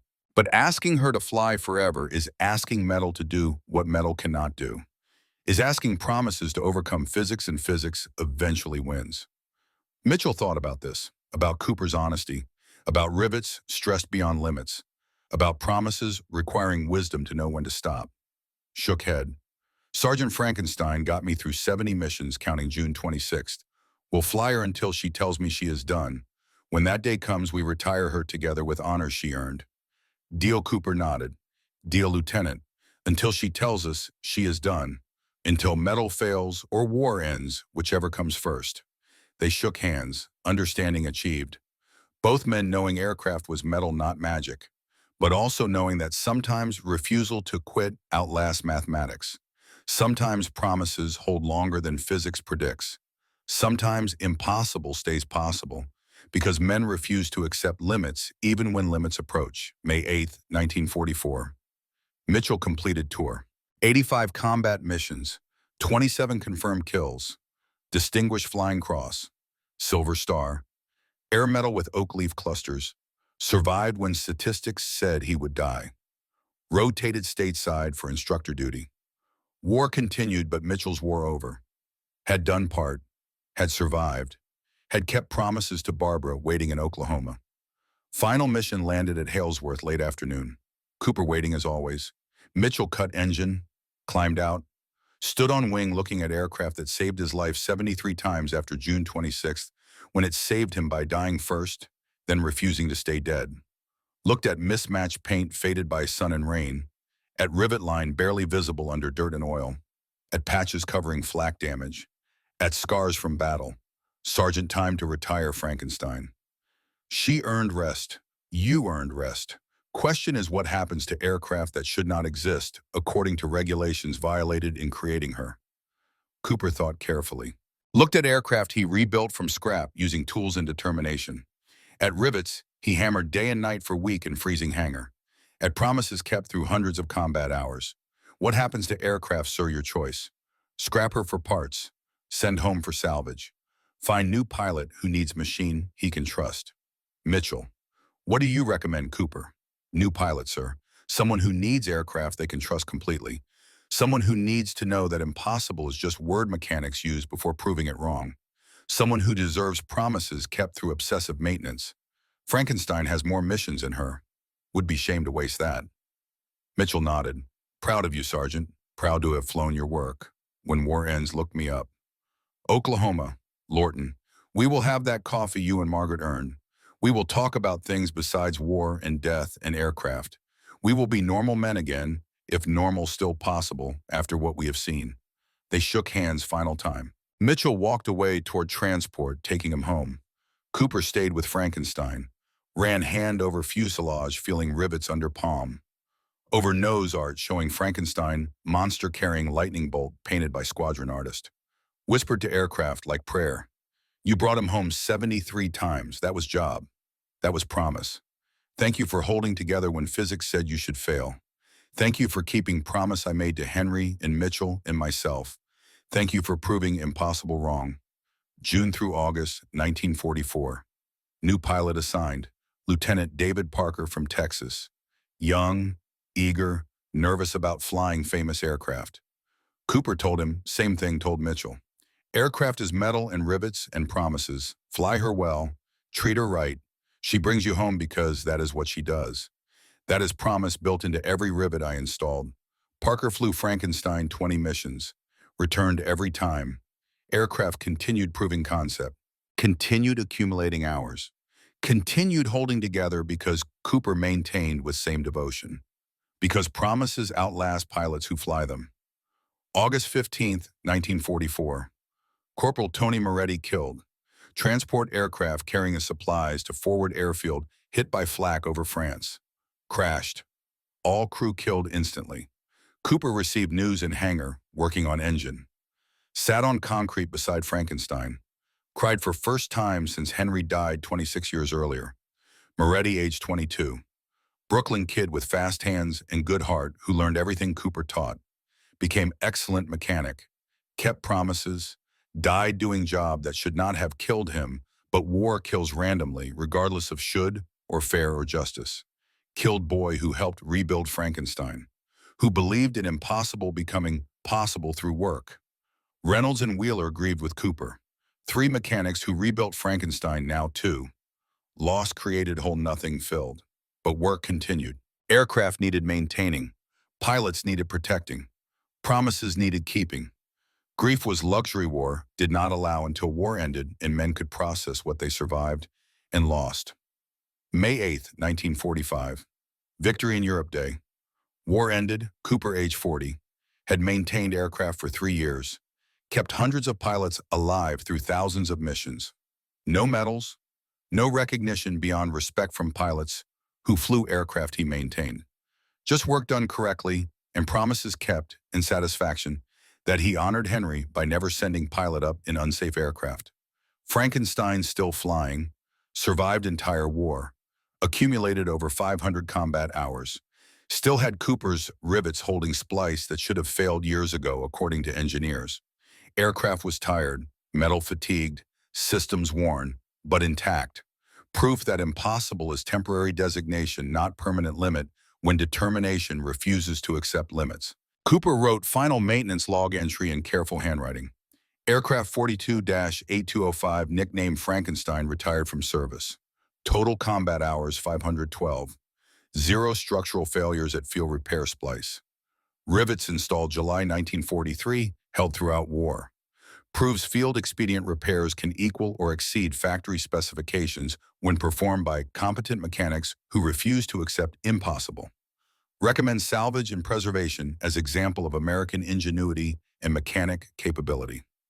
Signed, Staff Sergeant Franklin J. Cooper, June 1945. Cooper returned Iowa.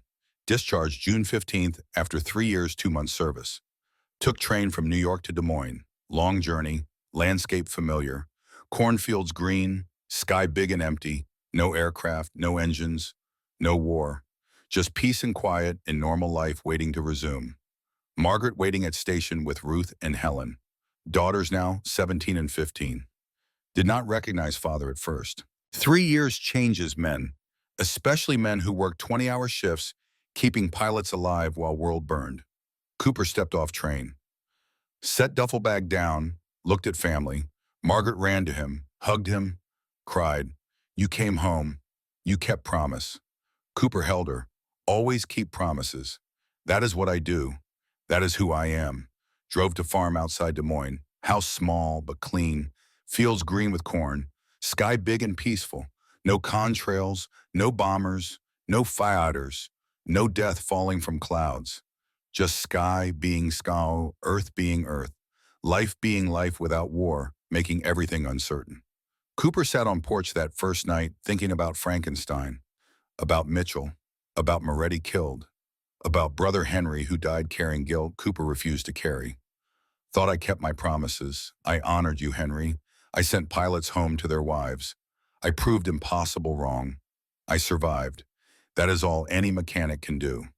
Keep promises and serve even hope that is enough. July 1945. Mitchell returned to Oklahoma. Age 25. War hero. Ace. Famous. Newspapers wrote stories. Army Air Forces wanted him for recruitment tours. He declined. Wanted normal life. Wanted Barbara. Wanted to forget war and killing and near death and everything except being husband, building life interrupted by duty. Returned Lorton to Barbara Chamberlain. House small, simple, perfect. She cooked fried chicken for homecoming meal. Same chicken her mother made 4 years earlier before war. Golden brown, crispy coating, tender meat, smells like memory, smells like promise kept, smells like survival meaning something. Sat at table trying to eat. Food tasted right but felt wrong. Every bite reminded him of men who did not come home, of pilots killed waiting for replacement aircraft, of Moretti killed in transport crash, of Cooper working through nights keeping promises. Could not enjoy meal without guilt of surviving when better men died. Barbara held his hand across table. Jim, what is wrong? Food not good. Mitchell, honest. Food is perfect. That is problem. Tastes exactly how I remembered, but cannot enjoy it same way. Cannot separate taste from memory of near death and friends dead and guilt of surviving when others did not. Cannot be grateful without feeling guilty for gratitude. Barbara wise beyond years. You survived because you were a good pilot and because you had good mechanics. Cooper gave you aircraft that brought you home. That is not guilt. That is gratitude. Honor those who died by living well. That is only way to make survival meaningful. That is only way to justify living when others died. Mitchell nodded, knowing she was right, also knowing that living well required processing guilt and fear and trauma accumulated through 85 combat missions. Required time, required patience, required understanding that war changes men, and changed men need time to become whole again, even if whole means different than before. September 1947, 2 years after war ended. Mitchell wrote Cooper first letter since returning home. 2 years of adjusting, 2 years of nightmares fading slowly, 2 years of learning to live with survivor guilt. Wrote on typewriter, Barbara bought him for birthday. Sergeant Cooper. Hope this letter finds you well. Have thought about you often since war ended. About Frankenstein. About week you spent rebuilding aircraft everyone said was scrap. About promises you kept. Wanted to thank you properly. Your work saved my life. June 26, 1943. Saved it 73 more times flying aircraft you maintained. Without you, I would be dead. Barbara would be widow. Future I am building would not exist. Thank you seems inadequate, but is all I have. Hope life treating you well. Hope Iowa farm peaceful. Hope someday we meet again and share that coffee I promised. Respectfully, Captain James Mitchell. Cooper received letter, September 20th. Read it twice. Showed Margaret. She cried reading about husband's quiet heroism nobody mentioned. About promises kept through obsessive work. About modesty preventing Cooper from ever claiming credit for keeping pilot alive. Cooper wrote back October 1st. Captain Mitchell, good to hear from you. Glad you made it home safe to Barbara. Glad you are building life you deserve.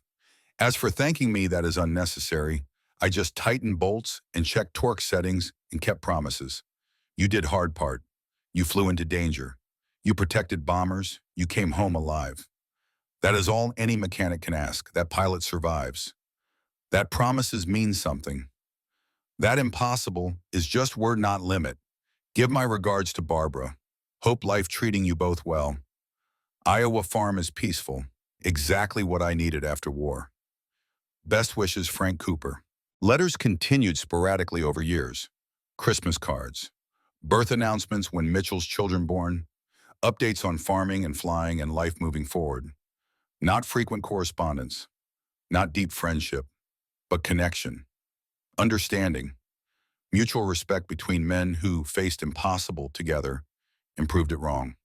March 15th, 1978, Cooper died. Heart attack age 73 while working on tractor in barn. Died doing what he always did. Fixing machines, keeping promises, working until work done correctly even when correctly takes all night. Margaret found him, called ambulance, but Frank already gone. Died instantly, no suffering. Peaceful death for a man who kept promises.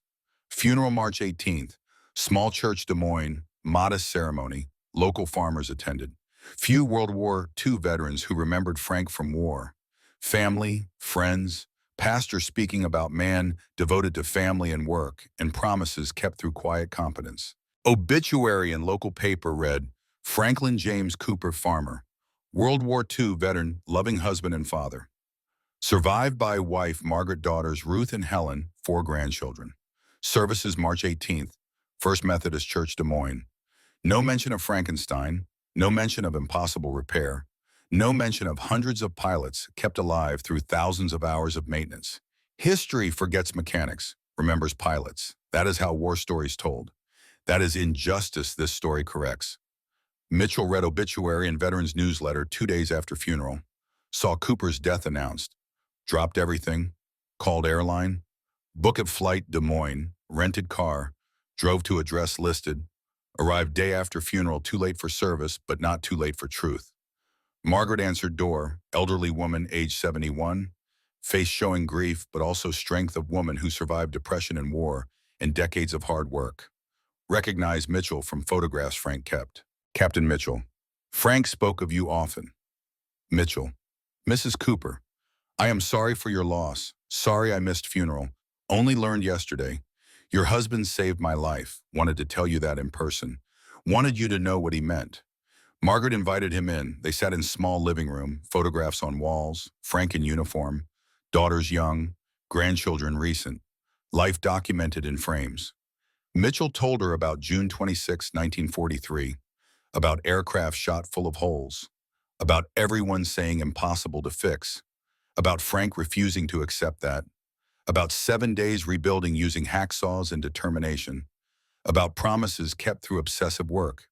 Told her about 73 combat missions flying aircraft Frank maintained, about never having single mechanical failure, about trusting Frank's work more than factory engineering, about surviving war because mechanic refused to let pilot die on his watch, about debt that could never be repaid, only acknowledged.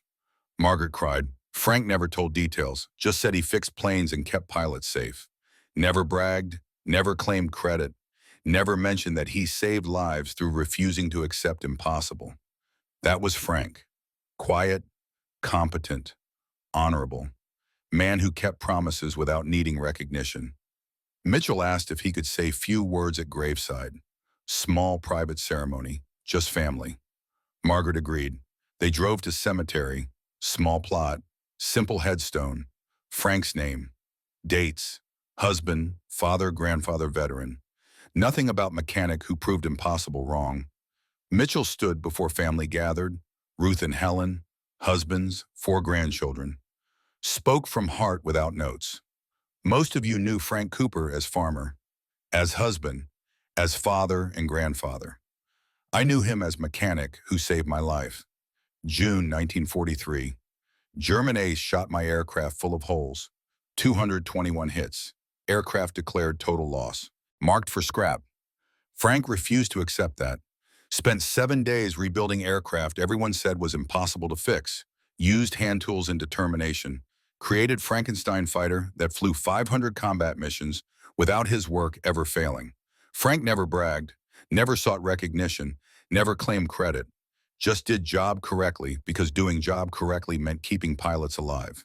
That was his promise. That was his duty. That was how he honored his brother Henry, who died World War I carrying guilt Frank would not carry. I flew 85 combat missions, 73 in aircraft Frank maintained, shot down 27 enemy aircraft, received medals and recognition and fame I never wanted, But none of that happens without Frank. Without his rivets holding, without his promises meaning something, without his refusal to accept impossible when impossible meant letting pilot die. History will not remember Frank Cooper. No statues, no medals. No books about mechanics who won war. But every pilot who came home because mechanic did job correctly owes everything to men like Frank. I owe him 43 years I would not have had. I owe him children and grandchildren who would not exist. I owe him life worth living. Frank, you kept your promises. You honored Henry. You proved impossible wrong. Thank you. Rest now. Your work is done. Your promise is kept. Your legacy secure even if history forgets. We who flew your aircraft remember. That is enough. That has to be enough. Ruth and Helen approached Mitchell after, tears streaming down faces. We did not know. Father never told us details. Just said he fixed planes during war. Never mentioned saving lives. Never mentioned impossible repairs. Never mentioned being hero. Mitchell showed them photographs saved from war. Cooper working on Frankenstein. Cooper and Mitchell standing beside aircraft. Cooper holding wrench, looking at camera, with expression mixing pride and exhaustion and determination. Showed them maintenance logs he requested from Air Force archives. Cooper's careful handwriting documenting every repair, every promise kept. This is father you never knew fully.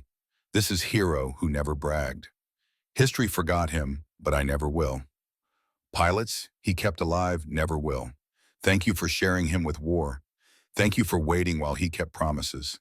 Thank you for being family worth coming home to. September 2024. Sarah Cooper Williams, age 45, aerospace engineer, Boeing. Designs maintenance systems for modern fighters. Never knew grandfather Frank, who died when she was infant. Knows he served World War II. Knows he was mechanic. Does not know details because family rarely discussed and records sparse, and history forgets mechanics while remembering pilots. Grandmother Margaret died August 2024, age 95. Last connection to that generation. Last person who remembered Frank as living man, not historical figure. Cleaning out house, Sarah found trunk and attic covered with dust and forgotten. Inside were letters, photographs. Frank's maintenance logs. Margaret saved everything but never showed anyone. Kept husband's memory private. Kept promises secret even in death. Sarah read maintenance log entry, July 1943. Aircraft 42-8205 rebuilt using field expedient grafting technique.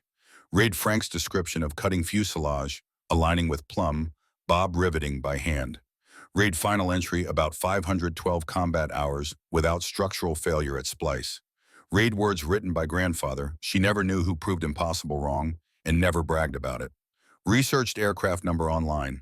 Found it mentioned in historical records as Frankenstein P-47, flown by ace pilot James Mitchell.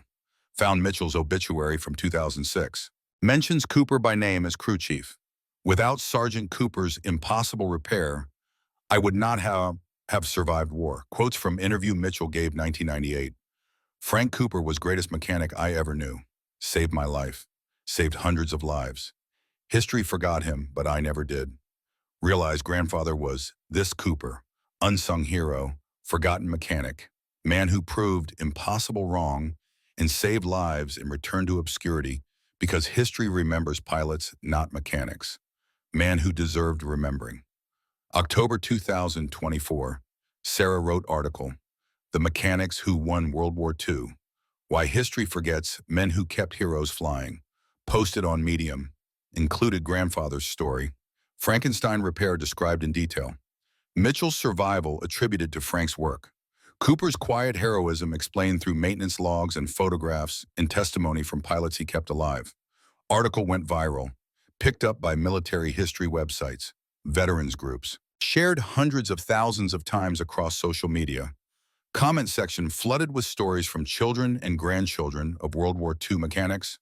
My father was B-17 mechanic, worked 20-hour shifts. No medals, no recognition. Thank you for remembering. My grandfather maintained P-51s, died never talking about it. This article honors him. I was helicopter mechanic Vietnam. Nobody thanked us then. Thank you for thanking us now. Pattern emerged. Thousands of families with mechanic stories commenting. sharing memories, validating quiet heroes who were forgotten. Movement began spontaneously.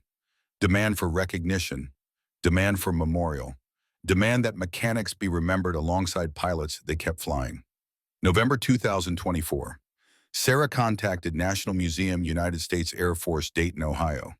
Proposed memorial honoring ground crews. Mechanics. Forgotten heroes who won war through wrenches and rivets and promises kept in freezing hangars. Museum initially hesitant, limited space, many worthy causes, budget constraints, but viral article created pressure impossible to ignore. Veterans demanding recognition, families sharing stories, politicians noticing votes. Museum agreed. We'll create permanent exhibit, the ground crews mechanics who won World War II. We'll feature Frank Cooper's story, Frankenstein rebuild documented, maintenance logs displayed, photographs enlarged. We'll honor all mechanics who kept aircraft flying while history remembered pilots. We'll correct injustice lasting 80 years. We'll ensure forgetting stops here. December 7th, 2024. Memorial dedication. Pearl Harbor Remembrance Day. National Museum, United States Air Force. Large gathering. Veterans, families, children and grandchildren of mechanics. Media covering event.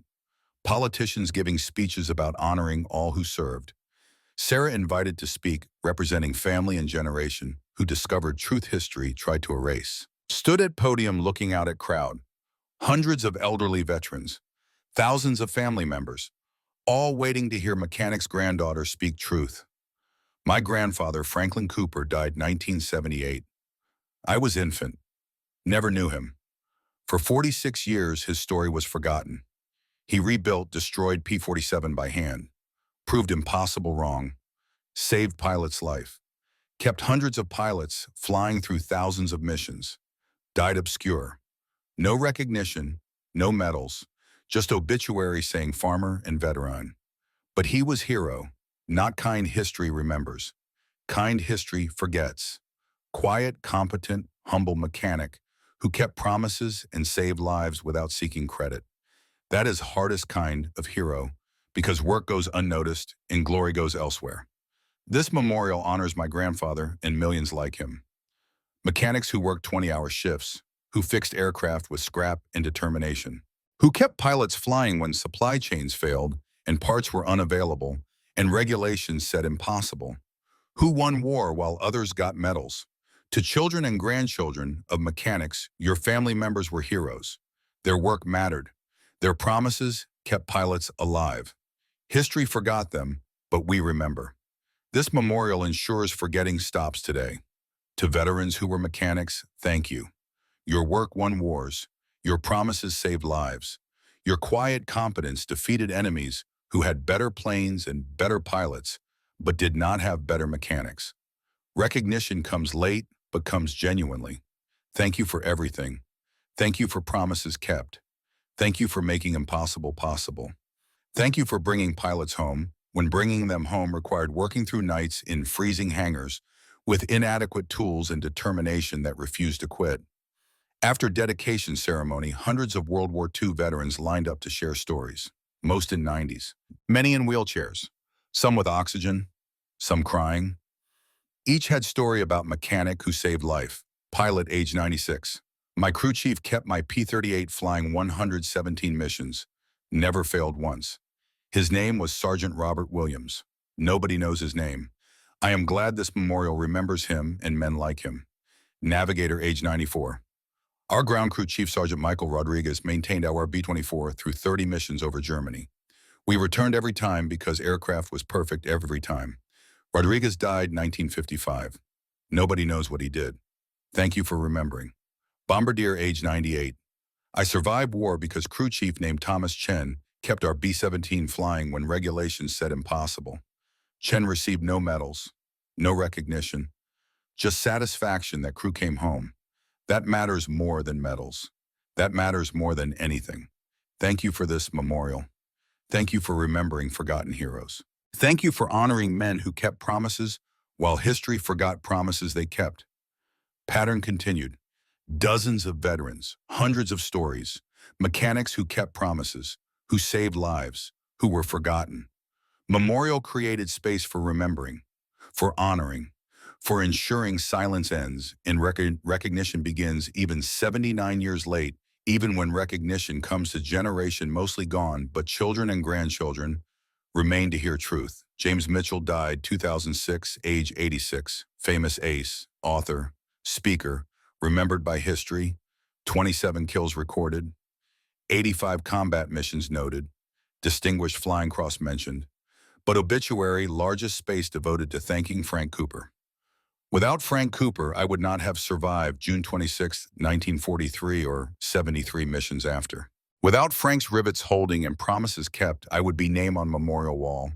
Not living man with family and life, and gratitude for mechanic who refused to let me die on his watch. Frank Cooper died 1978, age 73. Unknown mechanic, farmer, forgotten by history until granddaughter discovered truth and refused to let truth die. But Cooper's rivets protected Mitchell through 73 combat missions. Cooper's work brought Mitchell home to Barbara and children and grandchildren who exist because mechanic kept promises. Cooper's refusal to accept impossible saved life and proved that sometimes determination matters more than regulations. Sometimes promises kept through obsessive work overcome physics, saying failure inevitable. Sometimes mechanics win wars that pilots fly and generals claim credit for. Who was real hero? Both. Pilot who flew into danger and mechanic who kept him flying. But only pilot gets remembered until now. Until this memorial. Until granddaughter refused to accept that grandfather's heroism should die with him. Until article went viral and veterans demanded recognition and museum agreed and memorial was built and forgetting stopped. This memorial stands for every mechanic who kept promises, who worked nights, who refused to quit, who proved impossible wrong, who saved lives, who were forgotten. You are forgotten no more. Your promises remembered, your work honored, your legacy preserved. Thank you for everything. Thank you for rivets that held, and cables that tensioned, and engines that ran, and promises that mattered when nothing else did. Thank you for bringing pilots home. Thank you for winning war through wrenches and determination and refusal to accept impossible. If you or someone you love served as mechanic or ground crew, share names in comments. Make sure they are not forgotten. This memorial is their memorial. This story is their story. This remembering is their due. Like and subscribe to ensure these stories reach next generation before generation that lived them is gone, before memories fade, before history erases what should be preserved, before forgetting wins. Frank Cooper kept promises when keeping them required, working through nights in freezing hangar with inadequate tools and determination that physics said was insufficient, but determination proved physics wrong. Kept promises to brother Henry, who died carrying guilt. Kept promises to pilot Jim Mitchell, who trusted rivets installed in muddy field more than rivets installed in factory. Kept promises to wife Margaret, who waited, and daughters who wondered why father worked so hard for recognition that never came. Promises kept. Impossible proved wrong. Hero forgotten then remembered. Justice delayed 79 years, but justice achieved. Memorial built. Story told. Truth preserved. That is all any of us can ask. That promises matter. That work counts. That quiet heroism receives recognition even when recognition comes late. That forgetting is not inevitable when remembering is possible. That mechanics who won war get remembered alongside pilots who flew it. Frank Cooper, Staff Sergeant, mechanic, hero, promised pilot would come home, kept promise 73 times, proved impossible wrong, honored brother, saved lives, died forgotten, remembered now, legacy secure, promises kept forever.